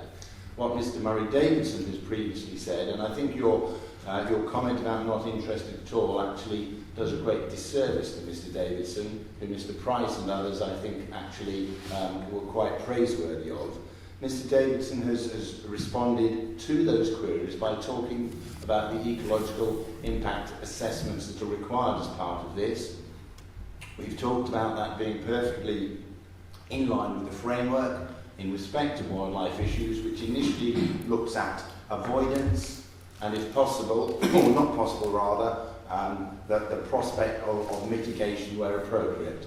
And it would be at that stage and as part of that strategy that requirements would be put in place as to what would happen to any displaced wildlife were development to be seen to have to require either the translocation of the species or even to be accommodated by parts of that site not being developed. Well, one, so can I just wait to see if there's any further response from the council on the points? Mr. Harman, did you? Mr. Wheeler? No.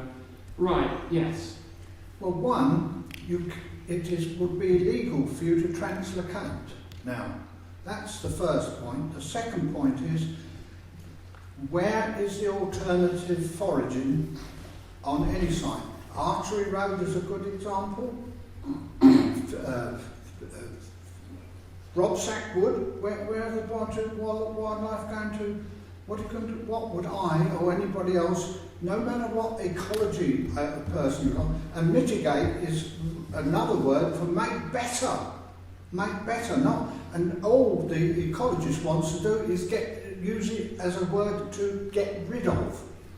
I can show you, if you like to come around the town, I can show you examples of what's been going on recently where the officers have totally ignored their legal responsibilities. Thank you. Mrs. Brown. Well, I'm sure it must be true that the Cabinet has had a report to say that monitoring reports are to be made. I can't argue with that. I haven't seen it myself, and I do read some Cabinet agendas, but I would like to know when an actual report has been given to, a monitoring report has been given to Cabinet, and was that the July one, did it go to Cabinet? And because then Mr Phillips talks about website. So if we have to rely on websites to see these reports, then I think it's a pretty poor showing. You should be able to look at Cabinet papers and see it there. And if they're going to be regularly reported in that way, that's fine. And I'd be very happy to believe all that Mr Phillips said will take place. Thank you. Yes, Mr. Newbold. Yeah, on this, coming back to this Hastings Local Plan Monitoring Board draft terms of reference, in view of what Mr Phillips has said, Councillor Peter Chowney is mentioned here as lead member of Regeneration. Perhaps that needs attending to, in view of what he's just said. Sorry, that needs attending to.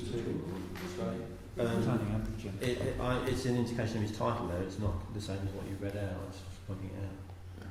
Well, he's been at this hearing as lead member of the planning because this is our development management plan. Yes, I understand that. He's got two words, if you like, in his title, planning and regeneration. I don't think that's an evil misrepresentation of his role, is it? I just didn't think it. Right. I said it. Okay, right. Yes, Mrs. Brown. Well, it just occurred to me, if you've got a monitoring report about what's been going on with regard to planning, why doesn't it go to the planning board as well as the planning committee, if you like? Maybe it goes to cabinet as well. It seems like it doesn't even go to planning, the people who have made the decisions on which the report will be based. Right. Planning application. Sorry. We don't have a planning board as such, we have a planning committee, don't we? Are you saying it should go? Are you saying it should go to the planning committee? Sorry? Are you saying it should go to the planning committee? Well, I didn't say no, sure. I must say, I'm not quite sure how far I want to get involved in how the council works. Just the public. But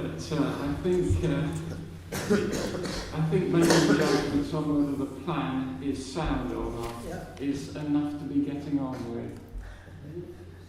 So, anything further? Council, did you wish to respond any further to the points which have been made on 6.6? Maybe 2 points there, just in case there is any confusion. This monitoring board, appendix 1 here, it's not the draft terms of reference in terms of the draft terms of reference to be debated and determined by the people here. This is the draft terms of reference that are now agreed for that monitoring board.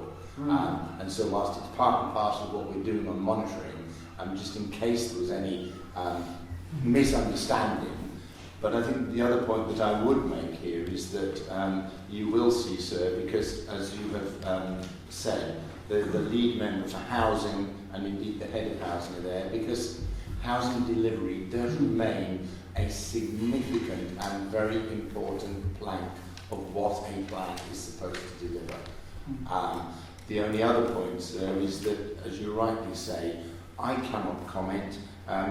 Mrs. Brown may, from her experience as a member, have some greater experience, but realistically I cannot comment upon how the elected members of the council have decided who is going to be on what board and which committee or cabinet they are going to report to. Right, I think we'll move on. Yes, Mr. Ingleton.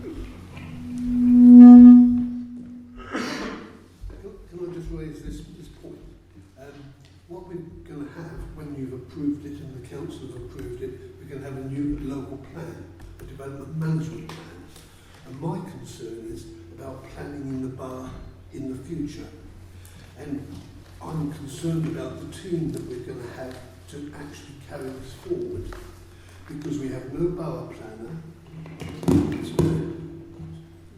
Did you hear that? You said, yeah, I did. No borough planner, no strategic planning manager. Mr. Palmer of Head of Housing isn't a planner. And what we're saying is that we've got a situation where I wasn't very happy about it yesterday, but they queried Mr. Hollocks about his professional qualifications. But it came up, and all I'm going to say is, are the planners in the borough members of the World Town Planning Institute? What are the qualifications of the staff we've got? And what team is going to take us forward? And I know a lot of the people that have been here during this process aren't actually employees of the council. And I just would like to know how it's all going to go forward. I think this is probably something that you should take up with the elected members. I mean, I can't dictate or recommend to the council who they employ, what qualifications that they should have. That's really outside my remit, but I'm sure the elected councillor here and the planning officers here will have noted what you've said, but it's really outside my limit. It's up to the council who they appoint for whichever. I was wondering whether Mr. Chowdhury was here now, might just like to say a few words, just to reassure us. Do you wish to, councillor, or is this something that could be dealt with outside this? I think outside, yes. So, I mean, if you'd like to speak to the councillor when I've concluded, and then those people who wish to attend presumably will be invited to do so. Right. If we could turn now to 6.7, upon which mechanisms will the council rely for securing contributions for the provision of infrastructure? To what extent are the funding bodies committed to the infrastructure upon which the development relies? And I think we have strayed into this one on a number of occasions, but I will invite the council, if they wish, to amplify or add to the written response. Thank you, sir. Very briefly, you have heard that the council will continue to rely on Section 106 agreements to provide infrastructure. That is because that they commissioned a report on CIL, which concluded that the housing land values in Hastings was such that the only way you could implement CIL is to lose a lot of your affordable housing on individual sites, which councillors decided they didn't want to do. In terms of whether the funders are signed up, I think the answer is overwhelmingly yes. The county council, that they have provided the Bexhill to Hastings Link Road in the face of quite stiff opposition. They stuck with Hastings and Bexhill and persuaded the government to make the funding available. You've heard of the support from the LNP to the council and the work they've been doing to provide infrastructure in the town. You've heard about the various service providers, and I think it's very significant that none of them have thrown up their hands and said, we can't do this, it's too expensive. You'll have to think again. All of them have said, yes, we may have to provide some local infrastructure, but haven't objected in any way to the plan. So I think it shows, again, I'll use the word, a very healthy situation at a very early stage in the plan. Thank you. Does anybody wish to comment on that? Yes, Mr. Keeley. I've asked this on a few occasions to other councils actually. If you're having this infrastructure levy and you work out how much infrastructure is going to cost, to how many houses you're going to build, is there a shortfall? And so now they've all said yes. Now I wonder how we're going to fill the gap. Because if you take in the services with the doctors and the dentists and the hospitals and the roads and all the infrastructure needed to cope with the extra volume of housing you're going to take, and the infrastructure levy does come in quite a bit. I think it comes to £18,000 a house on average, actually. It's quite a lot of money. But you do talk about millions when you talk about bus lanes and all the infrastructure that's needed. I mean, the hospital doctors, with their en route Asian population, which is a big issue, you know, the services needed for all this is enormous. And I'm thinking, has somebody done a figure, we've had lots of figures today, they've really figured on what we really need for the infrastructure of Hastings. I mean, the wastewater, the energy, it's just a massive thing. And is there a shortfall? I mean, if we build all these houses and we're going to get the amount of money we are, there is a gap. And I would like to know what that gap is and how it will be filled. Okay? Anything further? Council.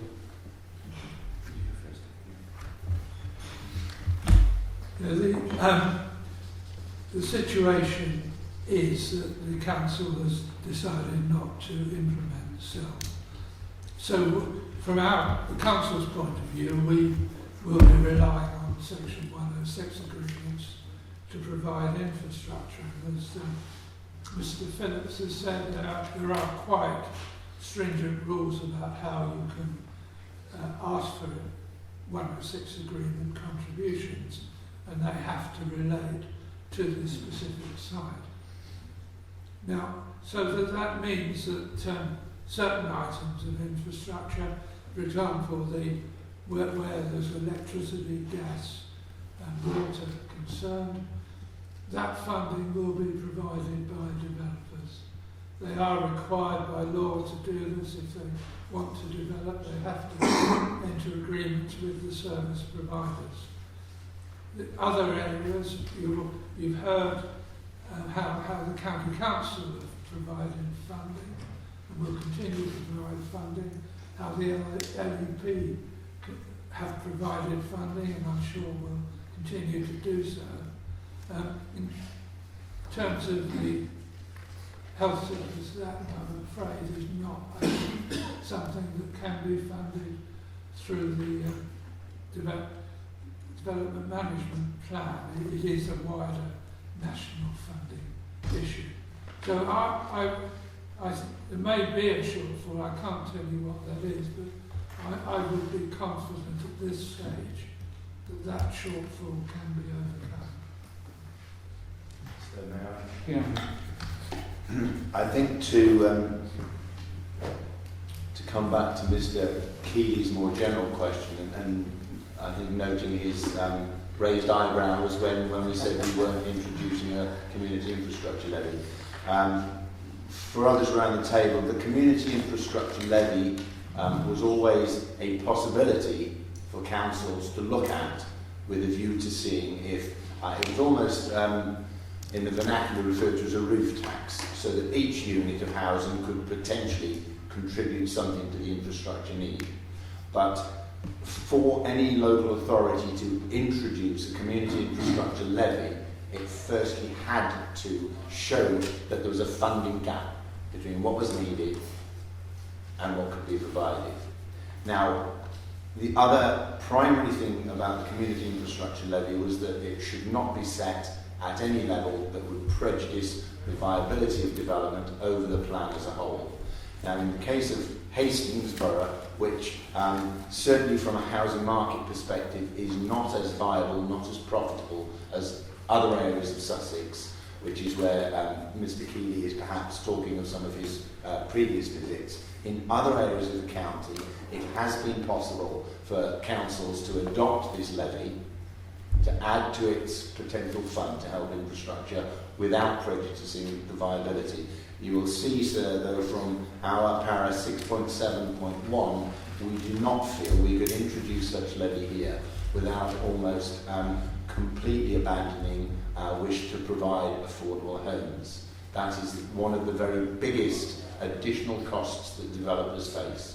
And so for that reason, and because it is an objective of the plan to provide affordable homes, we are not going with the infrastructure levy. Now, as Mr. Harman says, I think that it is undoubtedly the case that the government has identified Hastings and Bexhill, or North Bexhill, as a growth area. Now, that comes both as a curse and a blessing, because I know people are concerned about the amount of growth the area might have to take. But it is because of its identification that the council has, together with its partners at the county and SELEC, been able to get the sort of significant funding that we now hear from Mr. Wheeler is in the bag to deliver some of those road improvements that you have behind you. Anything further? Right, well, I think that does bring us to the end of the last question. So we are nearing completion this afternoon. I'd just like to say one or two things about what's happening in January. January the 16th, I think that's probably now been confirmed as far as I know.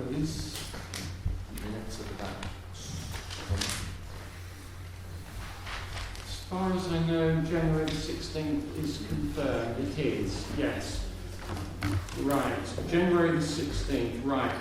One of the things on the agenda will be the opportunity for everybody to say or to conclude why they think, if they do think that, the development management is unsound, and if so, how they feel it could be made sound.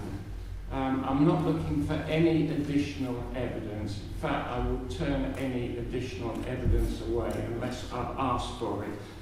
I have, I must admit, got a pretty good idea why many of you think that the plan is unsound, but it's your opportunity to convince yourself that you've told me why you think it's unsound and how it could be made sound. I mean, you might, for example, say, I think it's unsound because Site A has been included or should be included, but it could be made sound if a change was made in that way.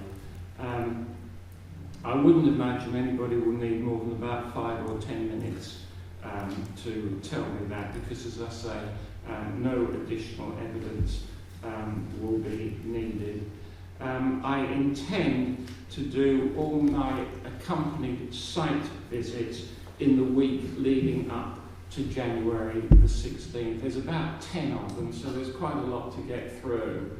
And judging from the ones that have taken place already, they take at least an hour, as I think you'll confirm, Mr. Stevens. It was a bit dangerous, wasn't it? Well, there's no accident, so yes, were there any points you want to... So it'll be an oral, it won't be written. We'll speak for 5 minutes and tell you why we think X, Y and Z. Is that what That's right, yes. Okay. Yes. Can I ask you one thing to go back to a meeting last week that I was unable to come to, although I was invited, about the traveller site? Are you going to visit the traveller site in Yes, I will do. I mean, I have driven past it on a number of times, but I will stop and have a look at it. That's the one that's got planning permission, isn't it? It's got outline consent. It's got outline consent. Yeah, against a lot of opposition, but okay, Yeah, I'll have a look at that. Thank you. Yes. Although obviously I can't be seeing that outline consent. But I'll have a look. I promise I'll have a look at it. Yes, Mr. Keeley, did you... Will you be telling us individually where and when you're going to various points? On the Specklewood and the Ridgeway, I would be interested in coming along with you, especially with the roads that you're planning on what we see today. Yeah. So if you go into that, can I just put my name down to come along? Yes, certainly. What I propose to do is to set out a schedule of when particular accompanied site visits will take place, and when you've seen that, perhaps you get in contact with the programme officer and ask to come, and I'm sure you'll be invited. Thank you. Mr. Newell, did you... she covered my point. Right. Well, unless there's any other housekeeping matters, any housekeeping matters from the council? Only, sir, if you wanted to remind people that this final session is Town Hall. Ah, is it? Oh, good. Right. Well, sorry, I shouldn't have said that, should I? I'll take that back. Turn the meeting up, Speckwood. No, I think it will be nice to finish up in the town hall. It's a lovely building. It's just that I understand that the works on the lift that's necessary are sort of well underway, so confident that will be in place for 16. If there is any change to that, so I would let the programme officer know immediately. But just so I didn't want the prospect of people arriving here at 16. Right. Oh, it's be like old times with the planning strategy.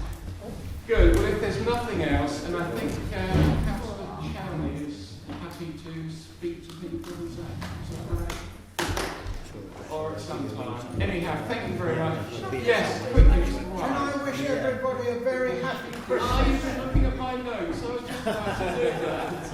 I wish everybody a happy Christmas and prosperous New Year, and I look forward to seeing you on the 16th of January, if not before. Thank you all very much. Thank you. Thank you, sir.